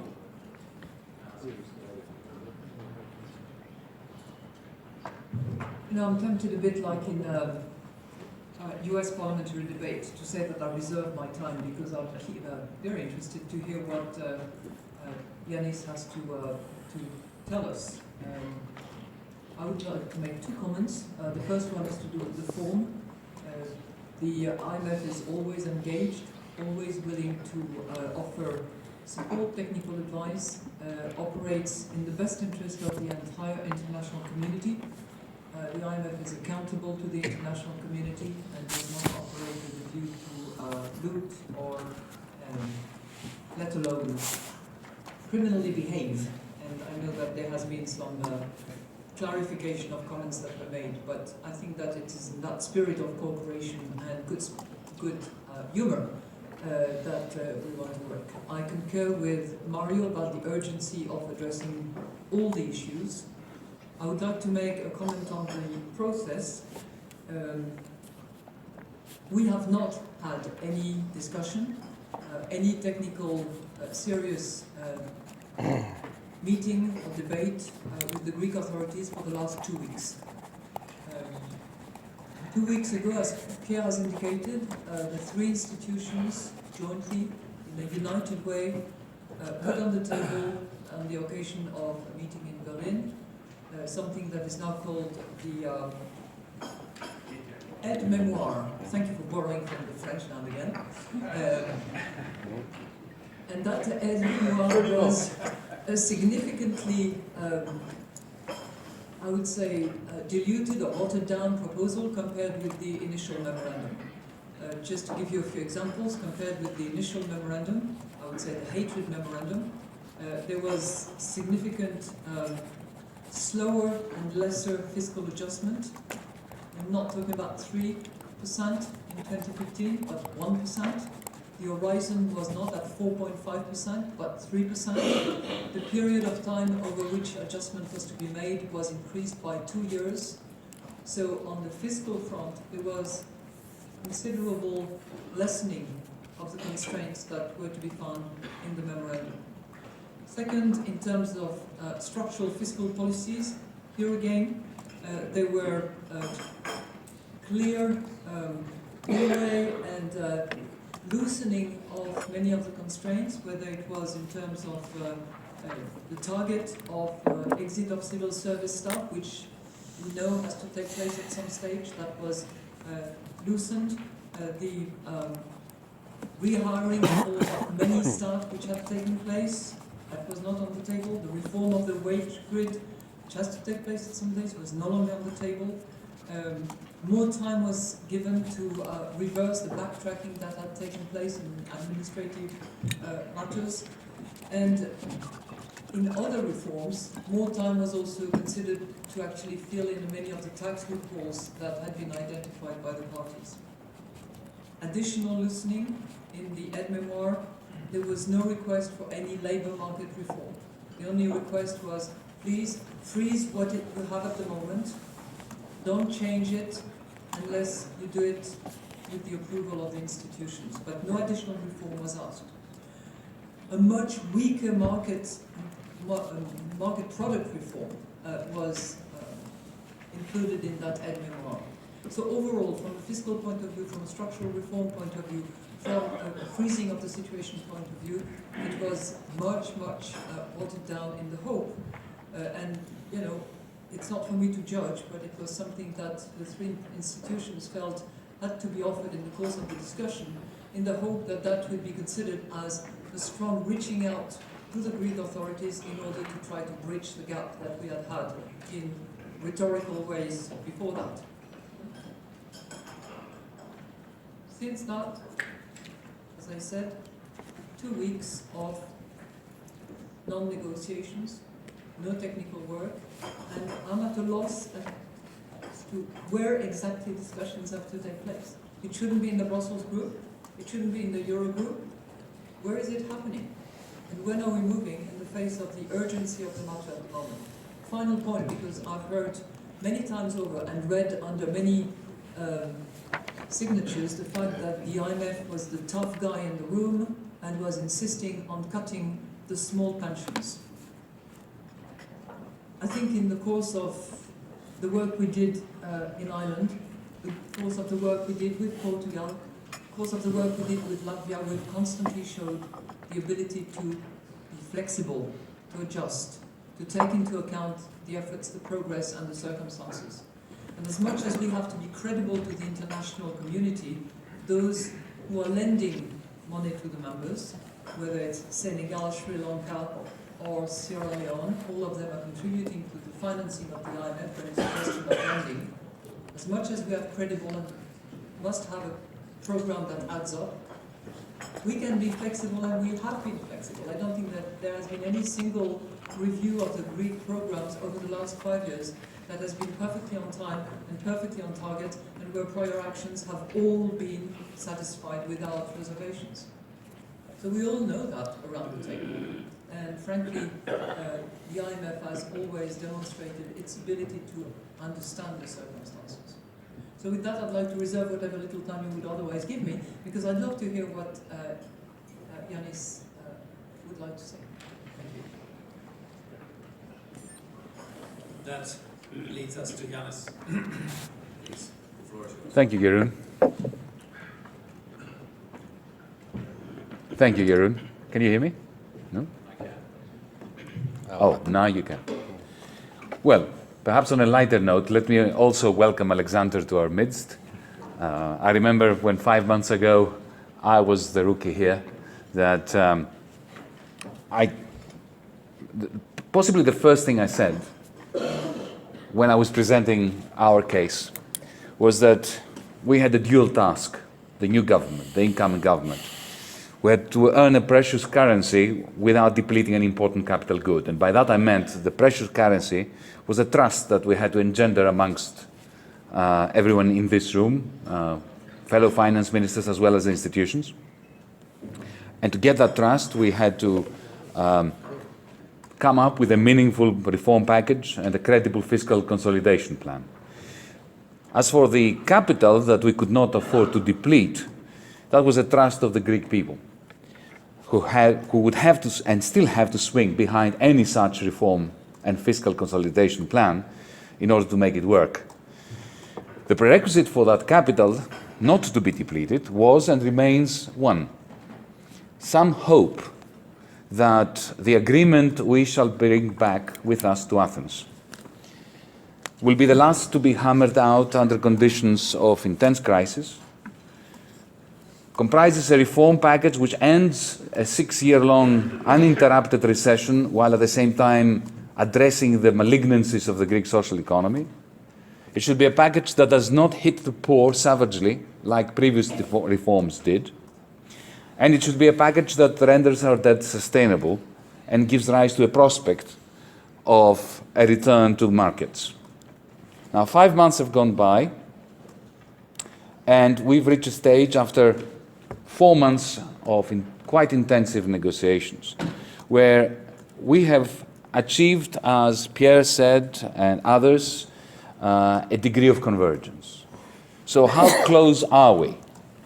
On the fiscal side, the positions are quite close, especially for 2015. For 2016, there remains a gap that amounts to something like 0.5% of GDP. We have proposed parametric measures of 2% of GDP versus the 2.5% of GDP that the institutions insist upon. And we have suggested that this gap of 0.5% be bridged over by administrative measures. Convergence has been achieved also on a wide range of issues, but not all. But I do admit that our proposals have not succeeded in instilling in you the trust that, as I said before, we had to earn. At the same time, colleagues, I have to tell you that the institutions' proposals, the proposals that Mr. Juncker conveyed to Prime Minister Tsipras, cannot, as they stand, engender the hope that our citizens need in order to fall behind the agreement. So we seem to have come close, and let's be frank about this, to what looks like an impasse. At this, the 11th hour, before uncontrollable events that Mario began to describe very succinctly and painfully, before such events take over, we have a political duty, a moral duty, an economic duty to overcome this impasse, to come to an agreement. Now, some have let it be known that they think that a Grexit might even be beneficial for the Eurozone, or at least not be catastrophic for the rest of the Eurozone. This is not our view. I think, and I submit to you, that citizens all over Europe are going to hold us finance ministers, those whom they have elected amongst themselves in this room, as well as our prime ministers and presidents, wholly responsible for having jeopardized Europe's shared prosperity. They elected us to avoid pitfalls, not to create them. Our political mandate is to find a workable compromise. And I do not believe it is difficult to do so, even at this time. A few days ago, Olivier Blanchard, the IMF's chief economist, published a piece entitled "Greece, a credible deal will require difficult decisions by all sides." He's right, the three operative words being "by all sides." Now, Dr. Blanchard added, I think succinctly and presciently, that at the core of the negotiations is a simple question. How much of an adjustment has to be made by Greece? How much has to be made by its official creditors? That Greece needs to adjust, there is absolutely no doubt. The question, however, is not by how much does Greece need to adjust. The question is, what kind of adjustment? Now, if by adjustment we mean fiscal consolidation, as Alexander put it, austerity, like wage and pension cuts, tax rate increases, it is clear that Greece has done more than any other country in peacetime. We are the champions of fiscal consolidation, as you all know. The public sector structural or fiscally adjusted fiscal deficit turned to a surplus on the back of a world record-beating 20% adjustment. Wages fell by 37%. Pensions were reduced by up to 48%. State employment was curtailed by 30%. Consumer spending fell by 33%. Even the nation's chronic current account deficit dropped by 16%. So no one can say that Greece has not adjusted to its new circumstances. But what we can also say is that this gigantic adjustment, whether necessary or not, this is not the issue, has produced many more problems. Our GDP, real GDP fell by 27%, while nominal GDP continued to fall quarter in, quarter out for 18 quarters to this very day. Unemployment, you know what happened to unemployment? It skyrocketed to 27, 26%. Currently, we are still in the throes of deflation that is around -2%. Undeclared labor reached 34%. Banks are laboring under non-performing loans that exceed 40% from what I hear recently. Public debt has skyrocketed to 180%. We have young, very well-qualified people that the Greek state has paid an arm and a leg to endow with human capital, leaving the country in droves. Poverty, hunger, and energy deprivation have registered increases usually associated with a state at war. Investment in productive capacity has evaporated. So the first part of Dr. Blanchard's question, how much of an adjustment has to be made by Greece, needs to be answered. We need a great deal of adjustment, but not of the same kind that we've had in the past. We need more reforms, not more cutbacks. For instance, we need to adjust to a new culture of paying taxes. That is not helped, colleagues, by an increase in VAT that drive law-abiding citizens into greater poverty. We need to make the pension system sustainable by eradicating unpaid labor, undeclared labor, minimizing early retirements, eliminating pension fund fraud, boosting employment, not by eradicating the solidarity tranche, a caste that Pierre mentioned, from the lowest of the low of pensions, as the institutions have asked, because that would push the poorest of the poor into greater poverty and create a wave of hostility to whatever agreement and reform package we agree upon. In our proposals to the institutions, we have offered very serious reforms. We've offered an extensive but optimized privatization agenda spanning the period from this year to 2025. We've proposed the creation of a fully independent tax and customs authority under the aegis and supervision of Parliament, so that politicians, but also corporate interests, hold no sway over tax collection. We've proposed a fiscal council that oversees the state budget, a short-term program for limiting foreclosures and managing non-performing loans, judicial and civil procedure code reforms, liberalizing several product markets and services, elimination of many nuisance charges, public administration reforms, introducing, for instance, proper staff evaluation systems, reducing non-wage costs, modernizing and unifying public sector payrolls. In addition to these reforms, the Greek authorities have engaged the OECD to help our government design, implement and monitor a second series of reforms. Only yesterday, I met with the OECD's Secretary General, Mr. Gouria, and his team and mine announced a joint reform agenda, complete with a specific roadmap that will focus on a major anti-corruption drive and relevant institutions to support it, especially in the area of procurement. Liberalizing the construction sector, including the market and standards of construction materials. Wholesale trade liberalization.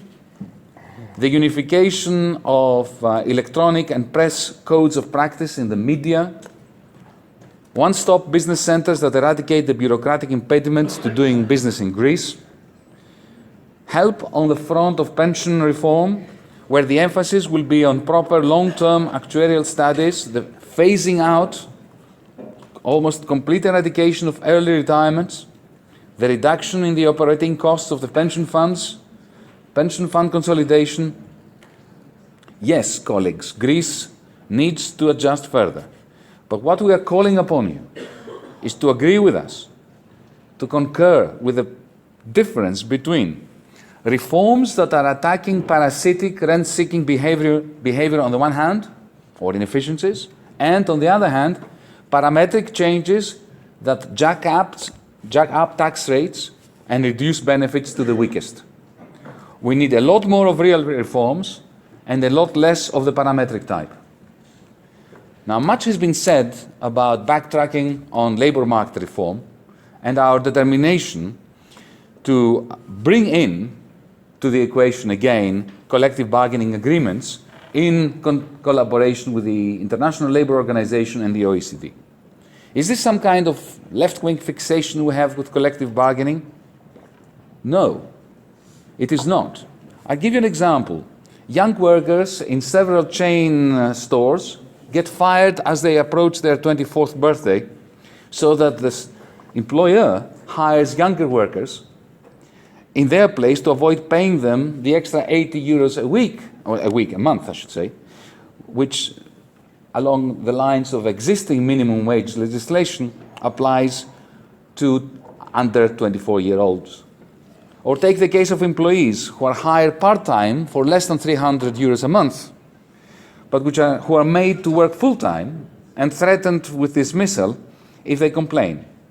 Without a system of smart collective bargaining agreements, these abuses abound, with ill effects on competition, because decent employers don't do this, and they have to compete against employers who do, but also with ill effects on pension funds. Does anyone seriously think that the introduction of a well-thought-out collective bargaining framework in collaboration with international institutions like the ILO or the OECD constitutes reform reversal or backtracking? We don't think so. Now, briefly, allow me to turn back to pensions. Much has been made of the fact that pensions account in Greece for more than they did in the past, as much as 16% of GDP. However, consider this, pensions have shrunk by almost 40–45%, and the number of pensioners is stable. So expenditure on pensions has fallen. But the percentage has increased because GDP has collapsed over the last 5 years. Our alleged backtracking on pension reforms is that we have suspended the further reduction in pensions that have already lost 40% of their value when, and this is important, the prices of goods and services that pensioners need, like pharmaceuticals, have hardly moved. Consider this relatively unknown fact. Around 1 million families, that is a very large number in a population of 10 million, survive today on the meager pension of a grandfather or a grandmother, as the rest of the family members are unemployed, in a country where only 9% of the unemployed have ever collected any unemployment benefit. Diminishing that one solitary pension in those households is tantamount to turning a family into the streets. This is why we keep telling the institutions that yes, we need pension reform, but no, we cannot just cut 1% of GDP of pensions through one way or the other without creating substantial hardship and also giving another turn to the wheel of the recessionary forces. If 1.8 billion is taken out of this economy from the lowest of the low of social strata, if you take into consideration the multiplier effects that the IMF has confessed in the past to have underestimated, we're talking about another spin of the deflationary wheel. Now, I suppose that the institutions are asking us to eliminate these solidarity pensions, the ECAS, because already the distribution of pension income has been compressed so much that if you're going to reduce pension costs today by 1% of GDP, you have to attack the lowest of the low of pensions. It can't be done any other way. Structural reforms, colleagues, of course promote growth potential. But mere cutbacks in an economy like Greece's promote recession. Greece must adjust by introducing genuine reforms, as I said, but at the same time, going back to Dr. Blanchard's answer or question, I believe the institutions need to adjust their definition of growth-enhancing reforms, to acknowledge that parametric cuts and tax hikes are not reforms that will help Greece today. Now, colleagues have remarked in the past in the Eurogroup, and I understand that our pensions are higher than theirs. And they fear that the Greek government may be having designs to ask, in the context of a transfer union that we do not have, as Pierre said, for your pensioners to be supporting ours. Let me be very clear on this. We're never going to ask you to do this.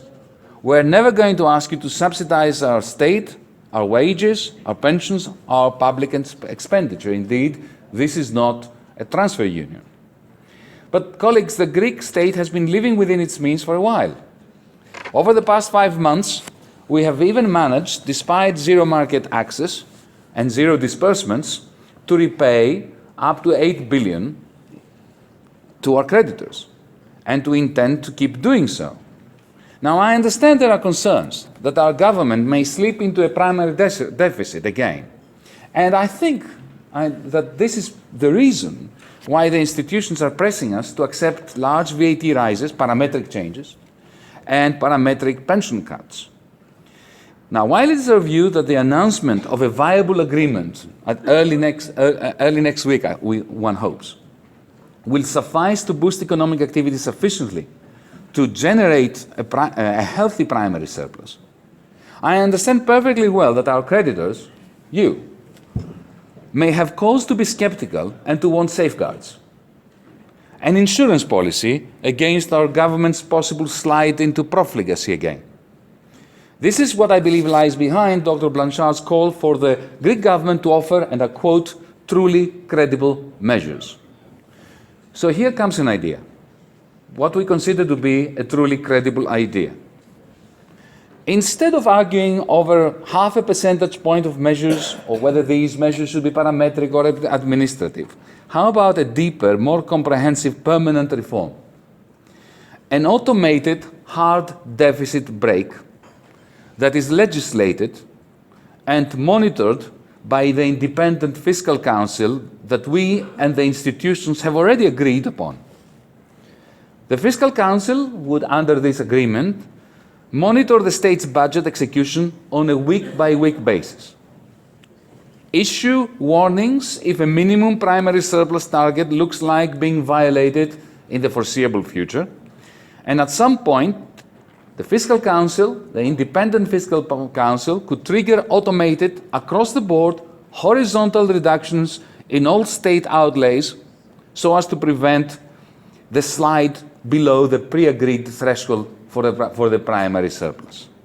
That way, we would have a fail-safe system that ensures the solvency of the Greek state and its primary surplus, while the Greek government retains the policy space it needs in order to remain sovereign and able to govern within a democratic context.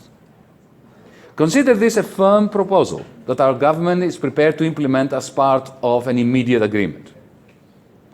Now, given that our government will never again need to borrow from your taxpayers or from the taxpayers standing behind the International Monetary Fund, the debate should now move, or should quickly move, from pensions and VAT to the very central question about primary surpluses. How large should they be?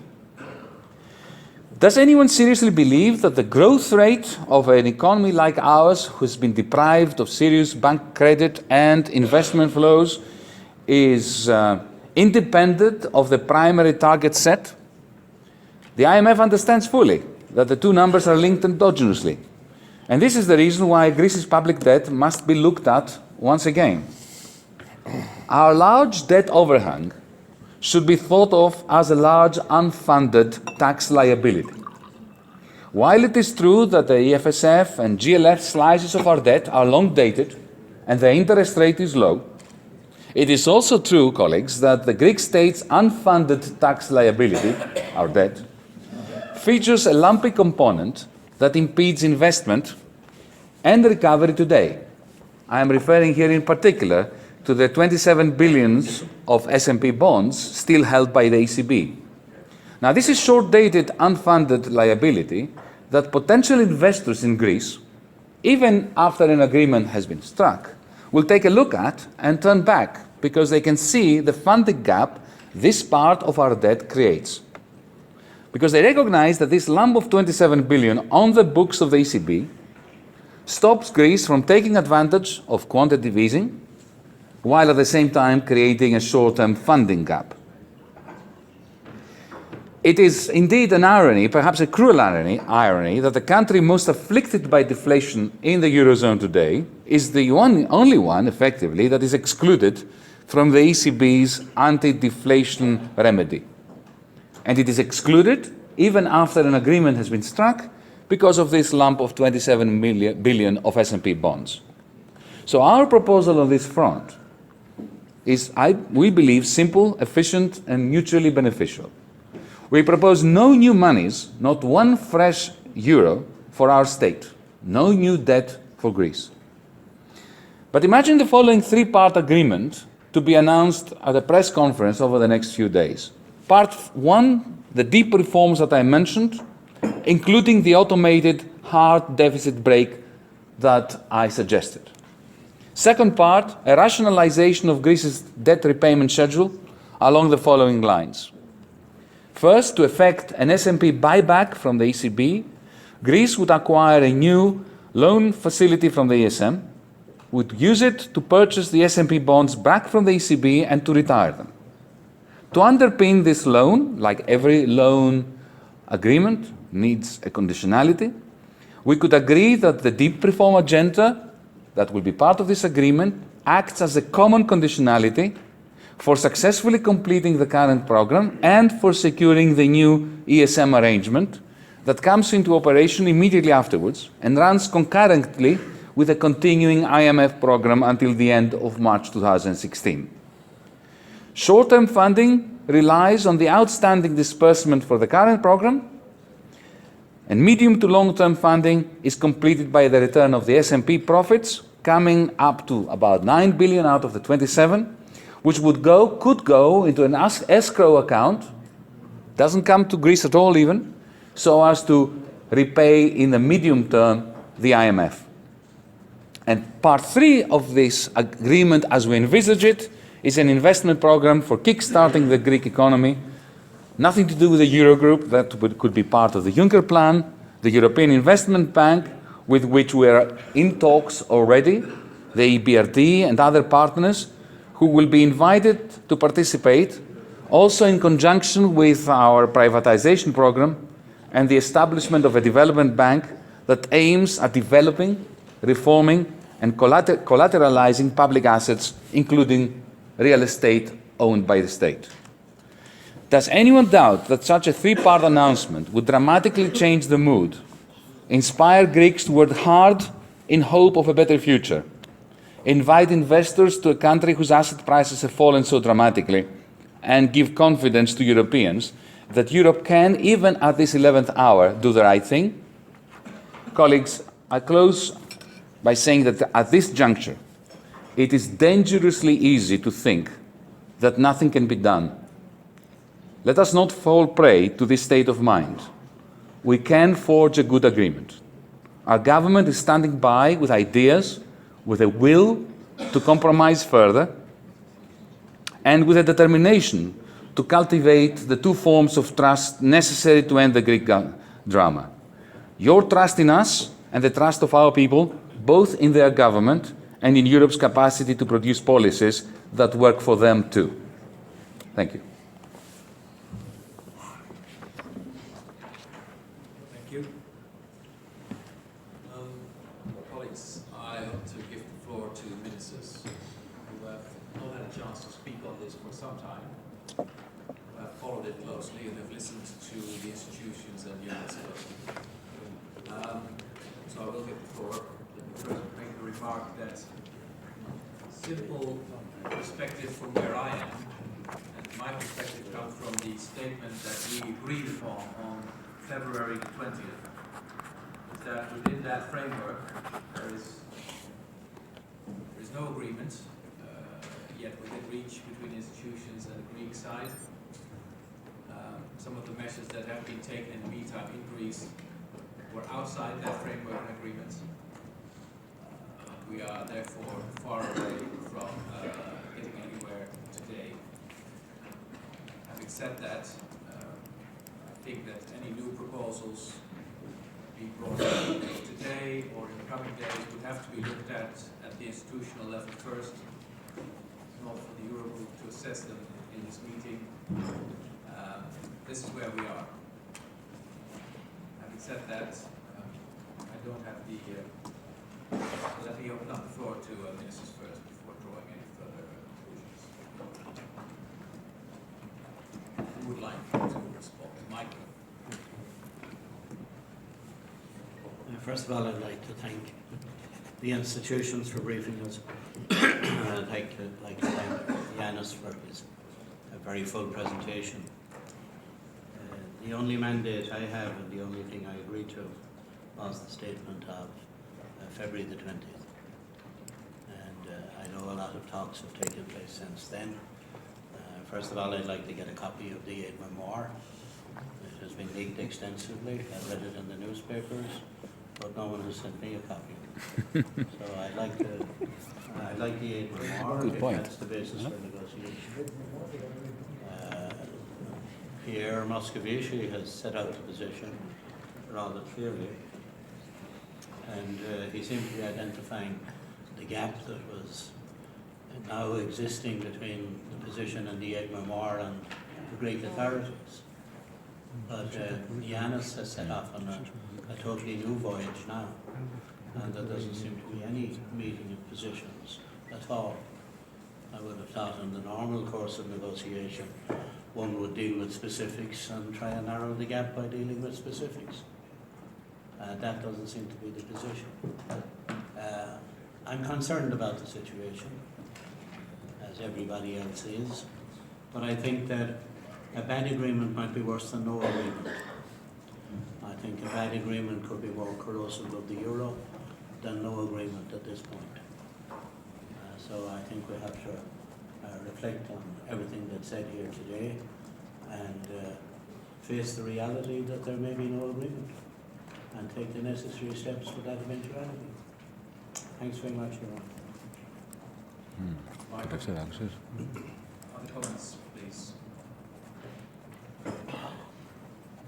John.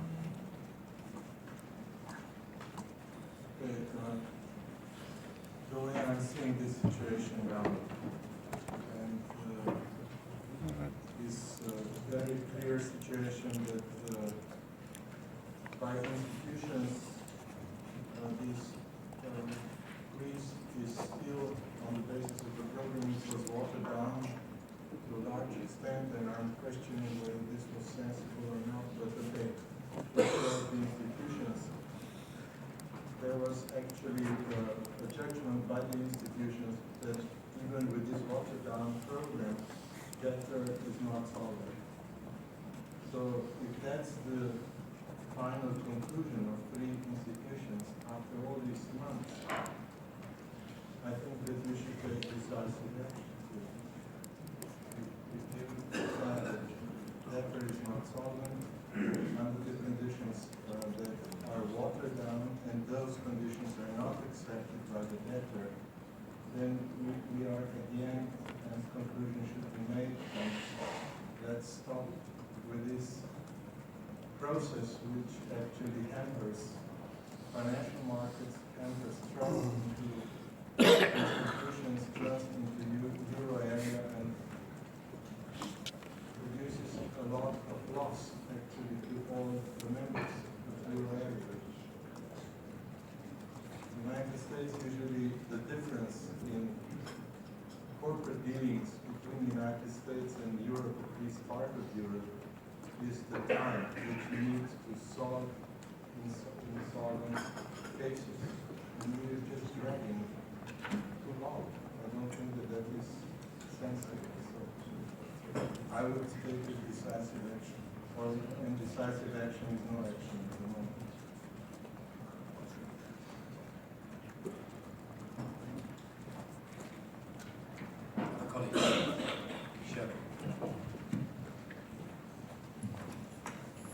Juste quelques mots. Je ne crois pas que nous soyons au bout du processus. Nous avons encore devant nous des heures qui sont d'autant plus précieuses qu'elles sont moins nombreuses, des jours qui sont d'autant plus précieux qu'ils sont moins nombreux, et nous avons encore un processus en marche. Il n'est, me semble-t-il, et c'est bien entendu à toi, Jérôme, de le dire, pas possible aujourd'hui de constater que nous avons suffisamment d'éléments pour proposer un document, une déclaration qui nous permettrait d'avancer. C'est évidemment d'abord aux institutions, en dialogue avec la Grèce et avec l'aide de tous ceux qui pourront faciliter le dialogue, de nous dire ce qu'il est possible de faire. La difficulté, elle a été décrite par plusieurs d'entre nous. C'est que puisque nous n'avons pas pu, et je ne veux pas dire que nous avons des responsabilités, c'est parfois puisque nous n'avons pas pu respecter le calendrier de l'accord de février, qui consistait à d'abord parler de la fin du programme, puis ensuite, nous appuyons là-dessus, de parler de la suite de l'accord, de l'accompagnement nécessaire de la Grèce au-delà du mois de juin. Nous devons aujourd'hui traiter tous les sujets à la fois. Il faut que le dialogue, l'institution, la Grèce, nous-mêmes, traitent tous les dossiers à la fois. C'est ce qui rend difficile, évidemment, la poursuite du processus. Il y a la question que l'on appellerait pour chacun de nos pays la trajectoire. budgétaire, qui a été profondément modifié d'ailleurs par les institutions, en passant de 3% d'excédent primaire en 2015 à 1% d'excédent primaire. Je ne sais pas des mathématiques, enfin ça doit faire quand même 3 fois moins que précédemment, ce qui est quand même qui était nécessaire, je pense que c'était justifié. Mais c'est quand même un geste tout à fait considérable. Ensuite, il convient, seules les institutions et les techniciens peuvent travailler sur ce sujet, de regarder quelles sont les mesures qui permettent d'atteindre les objectifs budgétaires. Évidemment, et la France l'a dit depuis le début, ce ne sont pas des mesures qui sont dictées à la Grèce, ce sont des mesures qui doivent être proposées par le gouvernement grec, vérifiées, comme c'est fait contre n'importe qui d'entre nous, à la demande de la Commission, présente, allez, un chiffre au hasard, 4 milliards de mesures nouvelles. Je crois que la Commission aujourd'hui est en train d'examiner si la France a bien fait 4 milliards de mesures nouvelles en 2015. J'espère que le jugement sera positif. Mais nous faisons un travail de cette nature, c'est le pays qui propose, et ensuite les institutions qui vérifient techniquement que les choses correspondent bien aux objectifs qui sont définis. Nous allons avoir à parler de ce que nous appelons souvent le financement, parce qu'il y a juin, il y a juillet, il y a août, il y a jusqu'à la fin de l'année, peut-être encore au-delà, et Yanis, à juste raison, veut sortir le plus vite possible d'une situation où la Grèce doit demander, obtenir des autres pays par solidarité, sous une forme ou sous une autre, par exemple sous forme de prêt, de quoi lui permettre de faire face à ces échéances. Je comprends tout à fait qu'il ait envie d'en sortir le plus vite possible. Enfin, il y a quand même une période encore devant nous d'accompagnement, de financement. Nous aurons à parler d'un sujet aussi auquel le gouvernement grec, Yanis en particulier, a attaché de l'importance très tôt dans nos discussions. Et je crois qu'il a raison. La question de l'investissement, comment est-ce qu'on fait en sorte que, c'est une question que nous posons tous, hein. On s'est encore posé cet après-midi sur comment on fait pour qu'il y ait plus d'investissements qui portent une croissance plus profonde et plus durable. Il y a un paquet d'investissements, qu'est-ce qu'on peut faire les uns et les autres pour faciliter cette reprise de l'investissement en Grèce. Et puis, chacun le sait, dans la continuité, peut-être faudra-t-il apporter un certain nombre d'autres éléments de ce que nous avons décidé ensemble, déclaré ensemble en novembre 2012. Il faudra aussi aborder la question de la dette. Ce n'est pas pour la diminuer en valeur, mais pour regarder quelles sont les capacités et les possibilités. Voilà les sujets qui sont tous ensemble sur la table. Et donc la question qui nous est posée aujourd'hui, puisque de mon point de vue, nous ne sommes pas arrivés au bout du processus, même si c'est très court ce qui est devant nous, c'est comment traite-t-on de manière efficace l'ensemble de ces sujets. J'ai bien entendu, j'arrêterai là pour ne pas être trop long, beaucoup de remarques qui sont faites sur la question est-ce que je discute avec des techniciens ou est-ce que je discute avec des politiques. Et je comprends cette remarque, je la comprends tout à fait. Parce qu'il y a un moment donné où c'est vrai que c'est entre ministres des Finances que nous prenons les décisions politiques. C'est éventuellement, sur un certain nombre de sujets, entre chefs d'État et chefs de gouvernement. Les décisions sont prises. Mais on ne peut pas séparer. Il y a évidemment besoin d'un travail technique pour prendre la bonne décision politique. Et il y a évidemment besoin, au bout du compte, d'une appréciation politique et d'une décision politique, car la technique ne peut pas tout résoudre. C'est ce dialogue-là qu'il faut savoir mener dans les meilleures conditions possibles, en se respectant les uns et les autres. Quel peut être maintenant le processus devant nous? Quel peut être le processus devant nous? Là, donc c'est à toi, Jérôme, et d'autres autorités de faire des propositions. Je voudrais juste insister sur un point. Je suis persuadé que les chefs d'État et de gouvernement, parce qu'ils en ont déjà parlé, parce que c'est aussi le souhait du Premier ministre grec, auront à aborder ces sujets-là.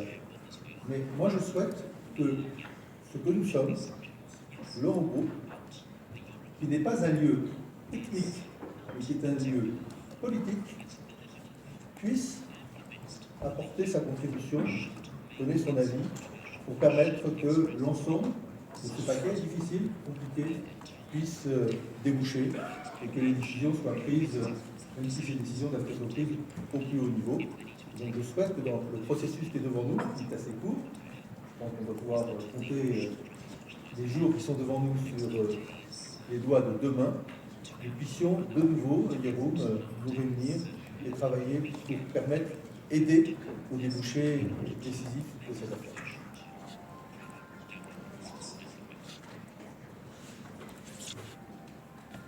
Καλώς. Πολύ καλώς. Καλύτερος από ποτέ. Thank you, Jeroen. I think there are many things been said, but one of the most important things this afternoon in terms of this situation has been outlined by Mario Draghi in this very short intervention with some data on deposit outflow that are just very scary. I think there needs to be an enormous sense of urgency because obviously this is something that cannot continue, to say the least. Furthermore, I find it a little bit surprising that after clearly days, some say even weeks of non-negotiations, we are suddenly confronted with proposals which obviously have, as you already outlined, have to be examined and further elaborated upon by institutions. So I think there's a fundamental contradiction between, on the one hand, introducing new propositions at this point in time in such a way, and on the other hand, the clear utmost sense of urgency that is needed given the data given by Mario Draghi. So I agree with the vision that we have here a situation that we cannot just sit back and relax.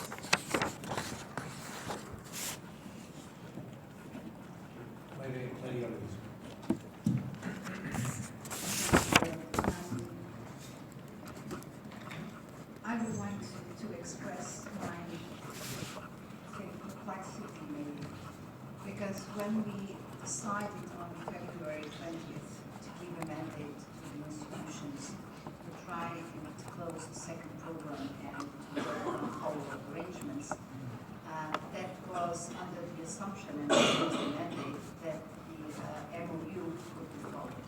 If I understood correctly, what was said by institutions is that there was some significant effort to make those conditions more in line with what could be accepted by the Greek authorities. And yet, when I listened to Giannis, and I realized there are some new elements to what was said, but overall, the spirit, the tone, and the substance seems to be, at least to me, exactly the same we heard on February 11th. And that makes it very difficult for that to be an agreement if every part moves towards that agreement. And I'm not sure how clearly I understood, but at least the way I feel it looks like is that there has been no movement from the Greek side, despite the fact that there was movement from the institutions, even if not fully in line with the terms of the original MOU, which was amended from the Thank you. Thank you, Jeroen. I share the perplexity that was just voiced by Maria Louise. I would like to say just three things. The first is I appreciate the comments of the three institutions today, in particular the details that Christine Lagarde has given us about this diluted version, which in fact is not known to us in detail. I agree with Michael Noonan, we have heard about that version, but we don't know exactly what's inside. I think it is an encouraging movement that the institutions have tried to bridge the gap. And as Michel Sapin rightly said, we've gone from a primary surplus of 3% to a primary surplus of 1% for this year. This is definitely a huge move. And nevertheless, I don't think that we can summarize the situation by saying that because there's been movement on our side and probably also on the Greek side, that we're getting very close in terms of numbers for this diluted version, which is in fact a kind of short-term compromise. And in fact, the two questions I would like to raise are the following. The first one is, what are the needs, the financial needs of the Greek government in the short to medium term? And by medium term, I don't mean 5 years, I mean 6 months to a year. And there, I think what the Commission has told us, the numbers are starting to become quite impressive, and they go beyond the 7.2%, 7.2 billion that are in the present program.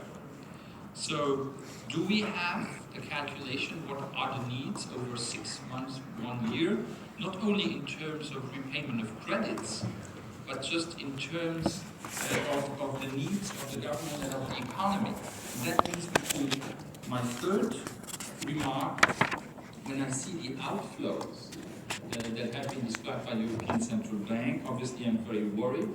Second, we know that the economic situation has deteriorated quite a lot in Greece in the last couple of months, because when we agreed on the provisional agreement on February 20th, we were still assuming that there would be growth in Greece, and we see that that is not the case. So we have an economy that's deteriorating, investments that go out, or outflows that are rising very, very quickly. So we have at hand an economic situation that's becoming even more difficult than what we were expecting before. So, do these two questions, what is the real economic situation today, and what are the needs in the months to come in terms of finance? Does that have an influence on the agreement that we want to have by the end of the month? I can put it also differently. Do we want to have a kind of short-term fix, or do we want to have a little bit more medium-term solution to these problems?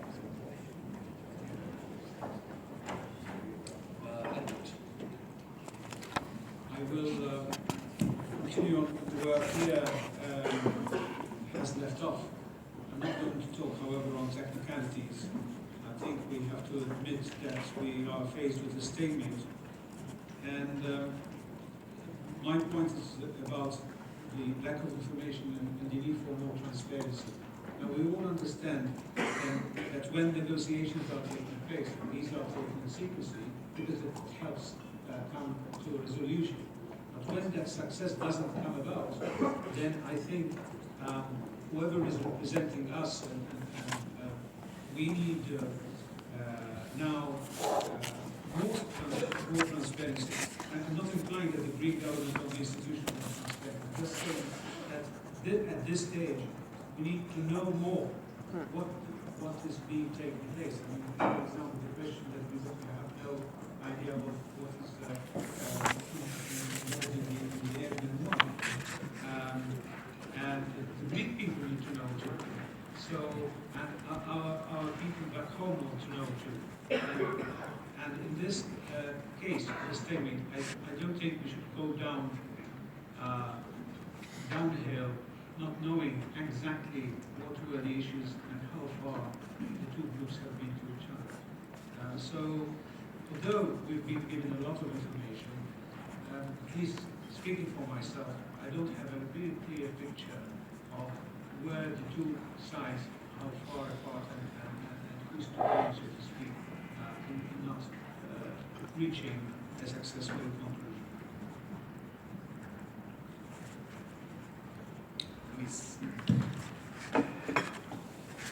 It's really a pity that we have reached this situation, and letting aside the technicalities that in my view are not important in this present juncture, and taking into consideration what Mario Draghi has said about the evolution of capital flights and deposit flights, if today we do not have any sort of conclusive communication, that I think that is not possible, will the Greek banks be able to open up tomorrow?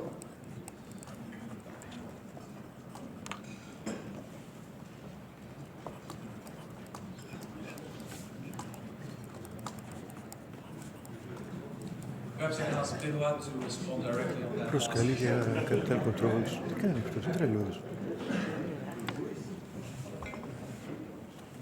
But the Greek banks will be able to open tomorrow because they've been granted emergency liquidity assistance by the Bank of Greece, which has not been objected to by the Governing Council.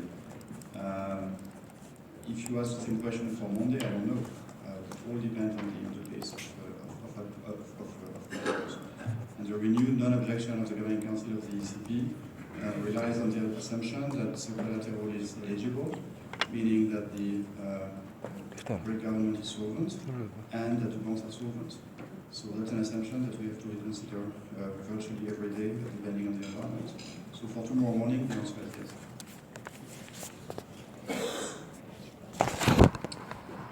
Thank you, colleagues, for your comments and questions. Perhaps I can go into a few questions and then make remarks about the process where we are. First of all, during the talks between the institutions and the Greek side, numerous documents were produced. The crucial one was the aid memoir because after months of a bottom-up process, the aid memoir was an expression of a top-down process saying this is where we could land, this is where we could find each other. Having said that, it has no formal status. You have to realize that it was not agreed upon. The moment it is sent to us as Eurogroup, it becomes a formal document. Some ministers may have to send it to their parliaments, etc. This is the thing that we really have to consider.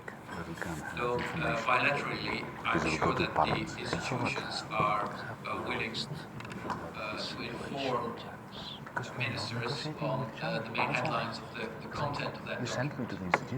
I would be hesitant to make it into a formal document by sending it to Europe. We are in the midst of a negotiation which has not led to results. My position has been, I've joined one of the meetings of President Juncker and Prime Minister Tsipras, but I made very clear there that the Eurogroup does in itself not negotiate. This is done by the institutions. They will assess and value the proposals that are being put on the table. This is not the role of the Eurogroup. If within the framework that we've given a political mandate, some of you have quite rightly said that already what has been happening is outside of that mandate. But if within that mandate an agreement is reached between Greece and the institutions, then it is up to us to take political decisions on whether we want to take that to our responsibility and to our partners. That I think should be the order. But I understand and fully sympathize with those of you that have said we don't really have all the information. I think this is not possible. If so required, I'm sure the institutions can provide bilaterally more information on details on the process and the content. The second point was made, what if we reach an agreement in the short term? Yeah, I made that point. What is then the next step? What are the financing needs looking ahead? Pierre has made some comments on that, looking forward for the coming months. But it also depends on the package that is reached. So more final calculations on what our financing debt look like in the medium term and long term will be made, of course, once there is an agreement at hand, but not there yet. It's absolutely true. The Commission can also say about that the situation, of course, in Greece is deteriorating very rapidly. It has been since the beginning of this year, making the process looking forward even more difficult and challenging. On those of you that have said, has the time not come to draw conclusions? I think that it's not for us here to draw the conclusions. The process is not at an end. There is still a window of opportunity, though it is very small, it is very challenging. And it is first and foremost, and I think most of you would agree, to the Greek government to grasp that last opportunity in the coming days. And I think also Michel made that point. The process does not end here today. We should not let it fall out of our hands at this point. The risks certainly for Greece, but also for the Eurozone as a whole, cannot be underestimated. Having said that, I think the role of the Eurogroup at this point is to simply take stock of this situation, to await further steps from the Greek government to urge them to work with the institutions, come up with new proposals that can then be assessed. The Eurogroup stands ready to reconvene if an agreement is still possible. And then we will also go into questions like Pierre and others have asked. What does that mean for the medium term? What's the prospect, etc. At the same time, we must also be very clear in our communication that in any scenario, we are determined to work closely together in this monetary union to strengthen the Eurozone. Four presidents or five presidents report will be helpful in that respect. I think we have to make absolutely clear that in any scenario, the Eurozone will come out stronger. Any agreement, if still possible, will have to be credible also from that perspective. I think it was Michael who said it also has to be credible for the Eurozone as a whole. And I think that's a very, very important point. Those would be my conclusions at this point. In terms of communication,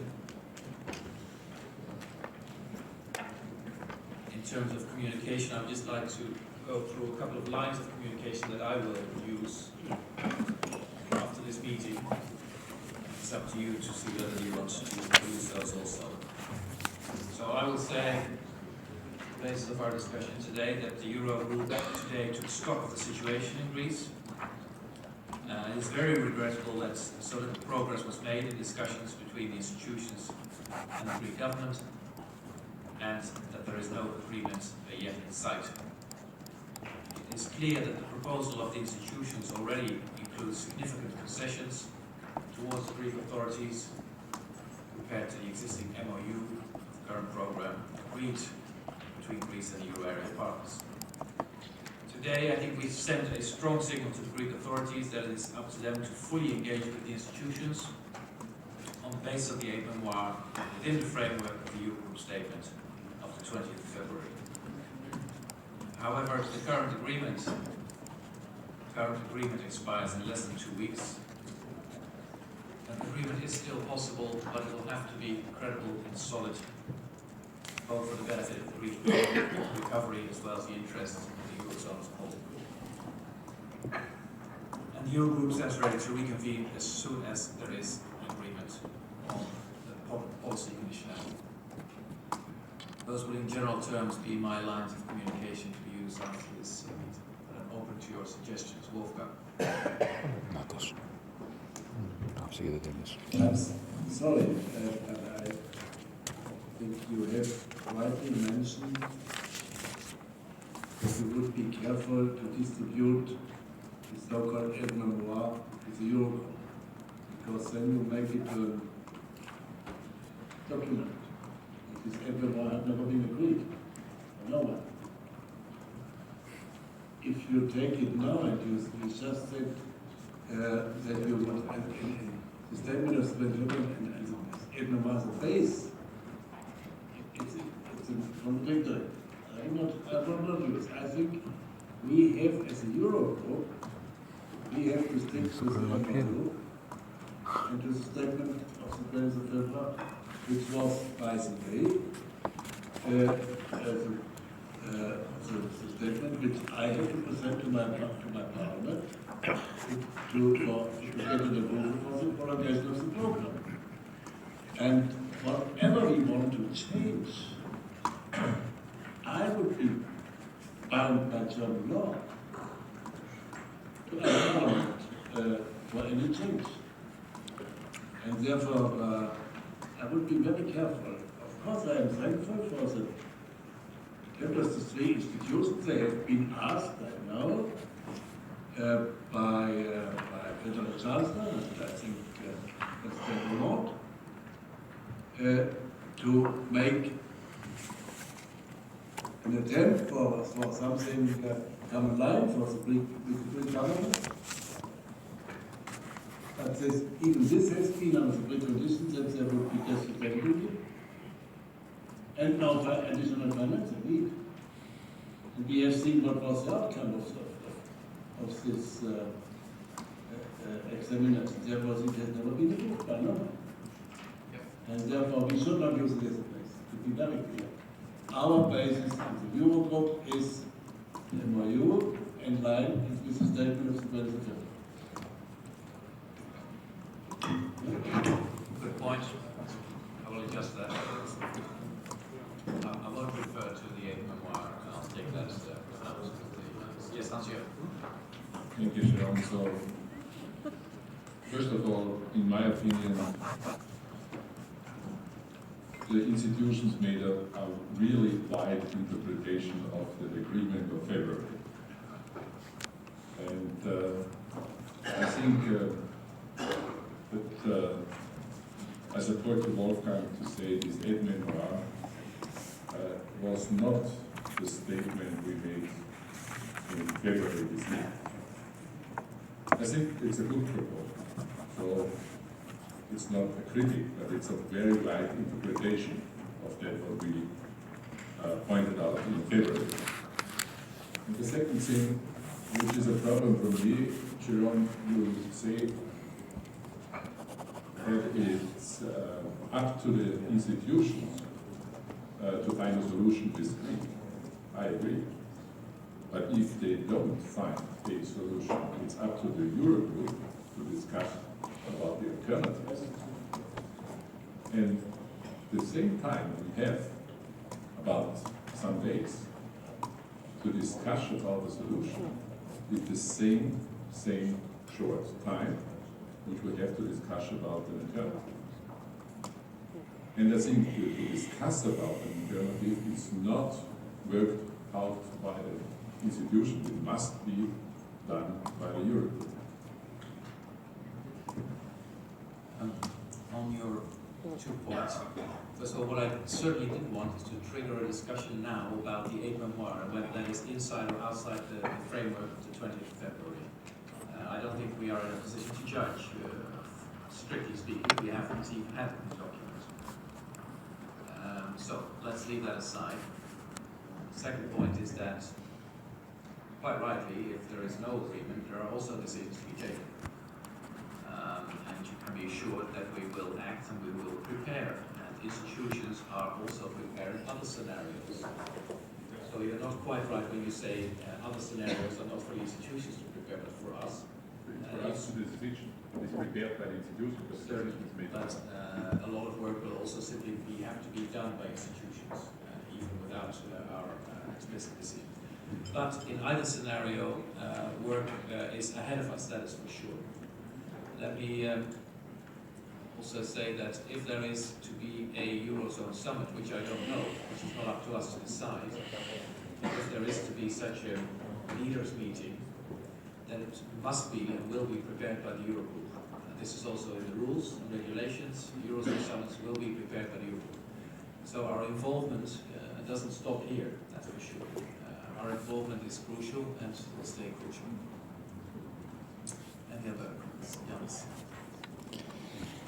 Regarding the communication issue and the press conference that you're going to be giving, allow me to say that placing the onus squarely and entirely on the Greek side and not on the side of the institutions or of the rest of the Eurozone seems to us rather disingenuous, especially given the fact that, as Michel Sapin said, we are all responsible as elected leaders, and this is certainly not the end of the road.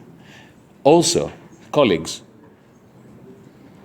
Christine mentioned the end of the discontinuation of the negotiations. I didn't want to mention it when I spoke before, but let me be very clear on this. These negotiations ended because the other side ended them when they declared that they didn't have a mandate to discuss further the fiscal targets and our ideas about debt. I must also make the point following the lead from Luisa, who said that she was puzzled, she expressed a certain puzzlement. Allow me to express a certain puzzlement too. In my presentation, I came up with what I consider to be a rather significant idea about a hard deficit break. And I am very surprised, and I'll make sure that I note this so that I can remember it later, that it was precisely zero discussion, not a single comment on it. This is rather strange for a forum which supposedly was interested in the new ideas that the Greek government has to offer. Finally, and this is very significant, Jeroen, you mentioned before the importance of confidentiality in this forum. Allow me to say that if it leaks from this room that the representative of the central bank questioned whether the Greek banks will open on Monday while having given us succor that they will open tomorrow. If this leaks out of this room, the Greek government will consider this to be a hostile act, and I believe that it will undermine the integrity of our meetings. Thank you.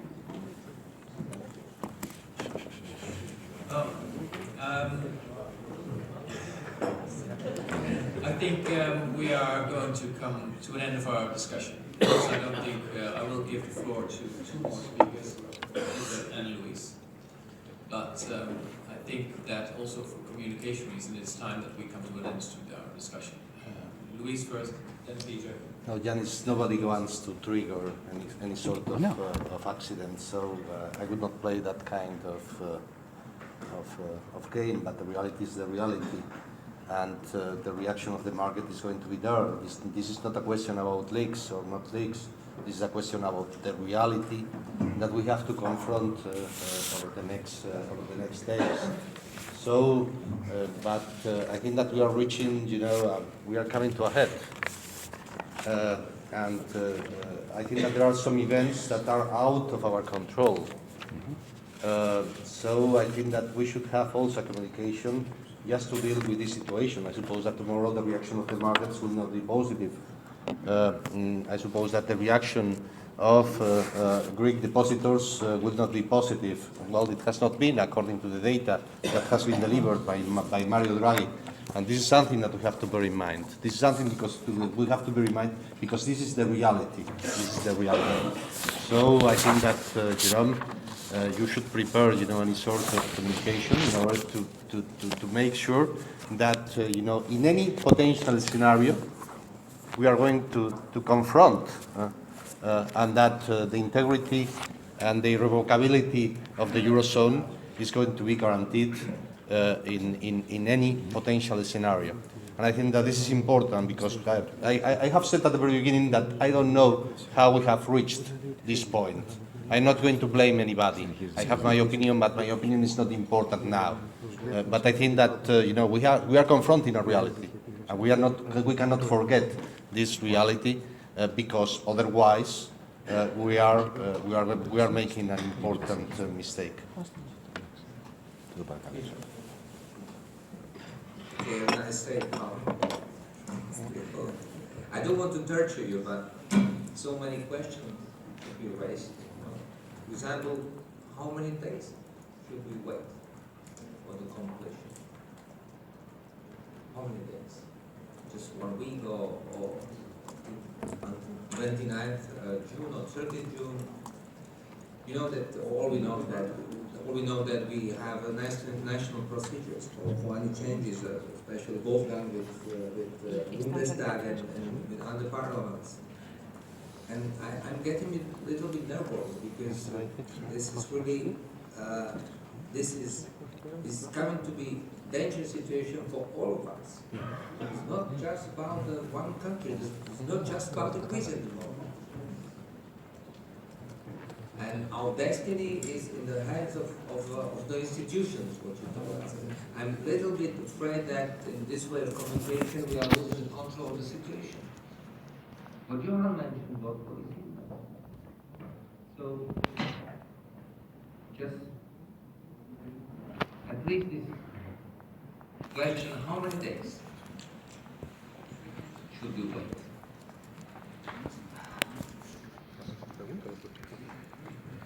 I think that we all know what the final date is. It's when the program expires, and we all know that there are parliamentary procedures to be followed in a number of countries. But I will repeat my opinion, and I think it is quite broadly shared, that it would not be right to take a decision here today on whether we've come to an end of the process, because we've not. That is my assessment. I'm with you. I'm greatly worried about the time that remains, and that about the opportunities that still remain. I don't think it would be wise for us now to take a decision on whether we've come to an end of the process. We have not. But we have to make absolutely clear that on the basis of the old MOU and the agreement of February the 20th, there is still a window of opportunity to reach a new agreement. It have to be on that basis, and it would have to be agreed with the institutions first. That's also my response to Janus's remark that we did not react to his new proposal. I did react to it by saying it must be discussed by the institutions first. You may not agree with that procedure, but this is how we work. It's the only way we can work. We cannot assess new proposals being brought into the meeting like this. They have to be assessed and discussed with the institutions first. My assessment that there is still a window of opportunity, and it is certainly in the interest of the Greek people to try and grasp that opportunity. And we stand ready, even though the time is very, very short. You're absolutely right. To see whether that opportunity can be used and will be used. That is how I see the situation. And all of you that have said that whatever the scenario is that we are going to enter in the next couple of weeks, we must stand united in our determination to make this monetary union stick, become stronger. I think that is a crucial element. As a joint communication, as I said, in any scenario, that we stand united to take steps when and if necessary to strengthen our monetary union. I think that is a crucial point. Many of you have said so quite rightly. Colleagues, realizing that this is a very unfulfilling conclusion, yet this is where we are. The conclusion that I would like to draw. We will clearly assess, and the institution will assess the situation in the coming days.